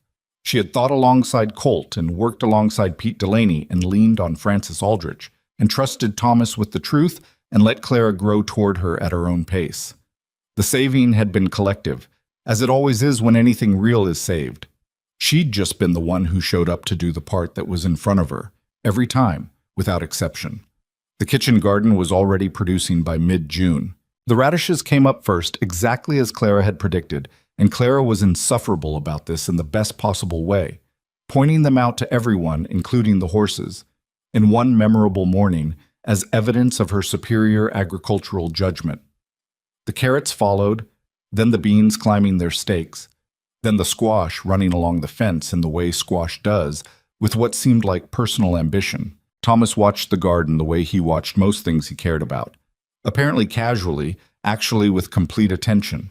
He told Evelyn one morning that the bean stakes needed moving 6 inches south because the fence shadow was going to fall wrong as the summer progressed. He was right, and she moved them, and they argued briefly about the squash placement and reached a compromise. And it was the most natural argument in the world, the kind that happens between people who are both invested in the same outcome and have different information about how to get there. Afterward, walking back to the house, Thomas said, "She would have liked arguing about the garden." Evelyn glanced at him. "Mama," he said, "she liked having reasons." A pause. "She always said a person who doesn't argue about something doesn't care about it." "She was right about that," Evelyn said. He nodded, satisfied, and went back inside, and Evelyn stood for a moment in the kitchen garden that Margaret Brennan had planted and that she was tending and that Thomas was now superintending with the same care his mother had put into starting it. And she thought about what it meant to carry something forward. Not intact, not unchanged, but genuinely forward, altered by the carrying but not diminished by it. That was what family actually was, she thought, not the original thing preserved, the living thing continuing. The cooperative held its second full meeting in July, in Pete Delaney's barn again, with 10-member ranches now and a formal election of a 3-person council to manage the shared decisions going forward. Pete was elected unanimously as the first chair, which surprised no one, including Pete. Francis Aldrich was elected to the council, which surprised only the people who hadn't been paying attention. The third seat went to Colt, who accepted it with the expression of a man who had not sought the role and was going to take it seriously anyway. Evelyn sat in the second row at the meeting, between Clara and Thomas, and watched this happen. After, Ben Garner found her near the barn door. He was a big man with an uncomfortable face, the face of someone who has been living with something for a while and hasn't found a way to set it down. "I owe you an apology," he said. "What I did, talking to Graves before the ink was dry. I know what it could have—" "You were trying to protect your family," she said. "That's not—" "It doesn't excuse it," she said. "But I understand it, and you signed the letter to the Stock Growers Association when it mattered. That's what you did with the next choice you had." She looked at him steadily. "That's how it works. You don't get to undo the bad choice. You get to make a better one next time." He held her gaze for a moment, looking for something, absolution, maybe, or judgment, and getting neither, just the plain statement of how things were. "All right," he said finally, "all right," and walked away with some of the discomfort gone from his face, not all of it, which was about right. Clara found Evelyn's hand in the crowd and held it without ceremony, the way she did everything, matter-of-factly, without making it an event. Thomas appeared on her other side, having extracted himself from a conversation with Pete Delaney's youngest grandson that seemed to have been about rocks. "Can we go home?" he said. Not impatiently, just ready. "Yes," Evelyn said. They found Colt at the wagon, and the 4 of them drove back to the ranch in the July evening, with the hills going golden around them, and the air smelling of summer grass, and somewhere behind them, Pete Delaney's barn and its lamplight, and the sound of people who had decided to stop competing with each other and start holding each other up. The road home was the same road it had always been. Ruts in the same places, the same bend where the Brennan Ranch came into view around the cottonwoods. The house with its mended porch railing and its straight-hung doors, the kitchen garden visible from the road now because things were growing in it properly, the outbuildings solid against the hill. Clara fell asleep against Evelyn's arm somewhere after the Harker Creek crossing, and Evelyn let her stay there, And Thomas rode with his eyes on the hills the way he did when he was thinking about something he hadn't named yet. And Colt drove with the easy competence of a man on a road he knew, and the evening came down around them unhurried and complete. This is the truth about the frontier and about most of the places people build their lives. It does not reward the person who arrived the most prepared or the most certain or the most equipped. It rewards the person who stayed, who got up the morning after the fire, and the morning after the meeting that almost went wrong, and the morning after the hardest conversation, and did the next thing that needed doing. Who found, in the doing of those things, that the place had changed around them, and they had changed inside it, and that the two changes together made something that neither one alone could have been. Evelyn Mercer had come to Black Hollow looking for a place to belong. She had found, in the end, that belonging was not a place at all. It was the thing you built, day after day, with the people you chose to build it with, out of the materials in front of you, imperfect materials, imperfect people, imperfect days, into something that could hold weight, something that could hold a family through the winters that were always coming. She had built it. They had built it. And now, coming down the road toward home in the July evening with her daughter asleep against her arm and her son watching the hills, and her husband's hands easy on the reins, she knew it would hold. Not because nothing else would go wrong. Everything was still capable of going wrong, and some of it would. But because they had learned, the four of them, through 7 months of fire and cold and fear and stubbornness and the slow unannounced arrival of love, that going wrong was not the end of things. It was just the thing that happened before you figured out what to do next. And she would be here. She had chosen it, and she would choose it again tomorrow, and that was what it meant to be home.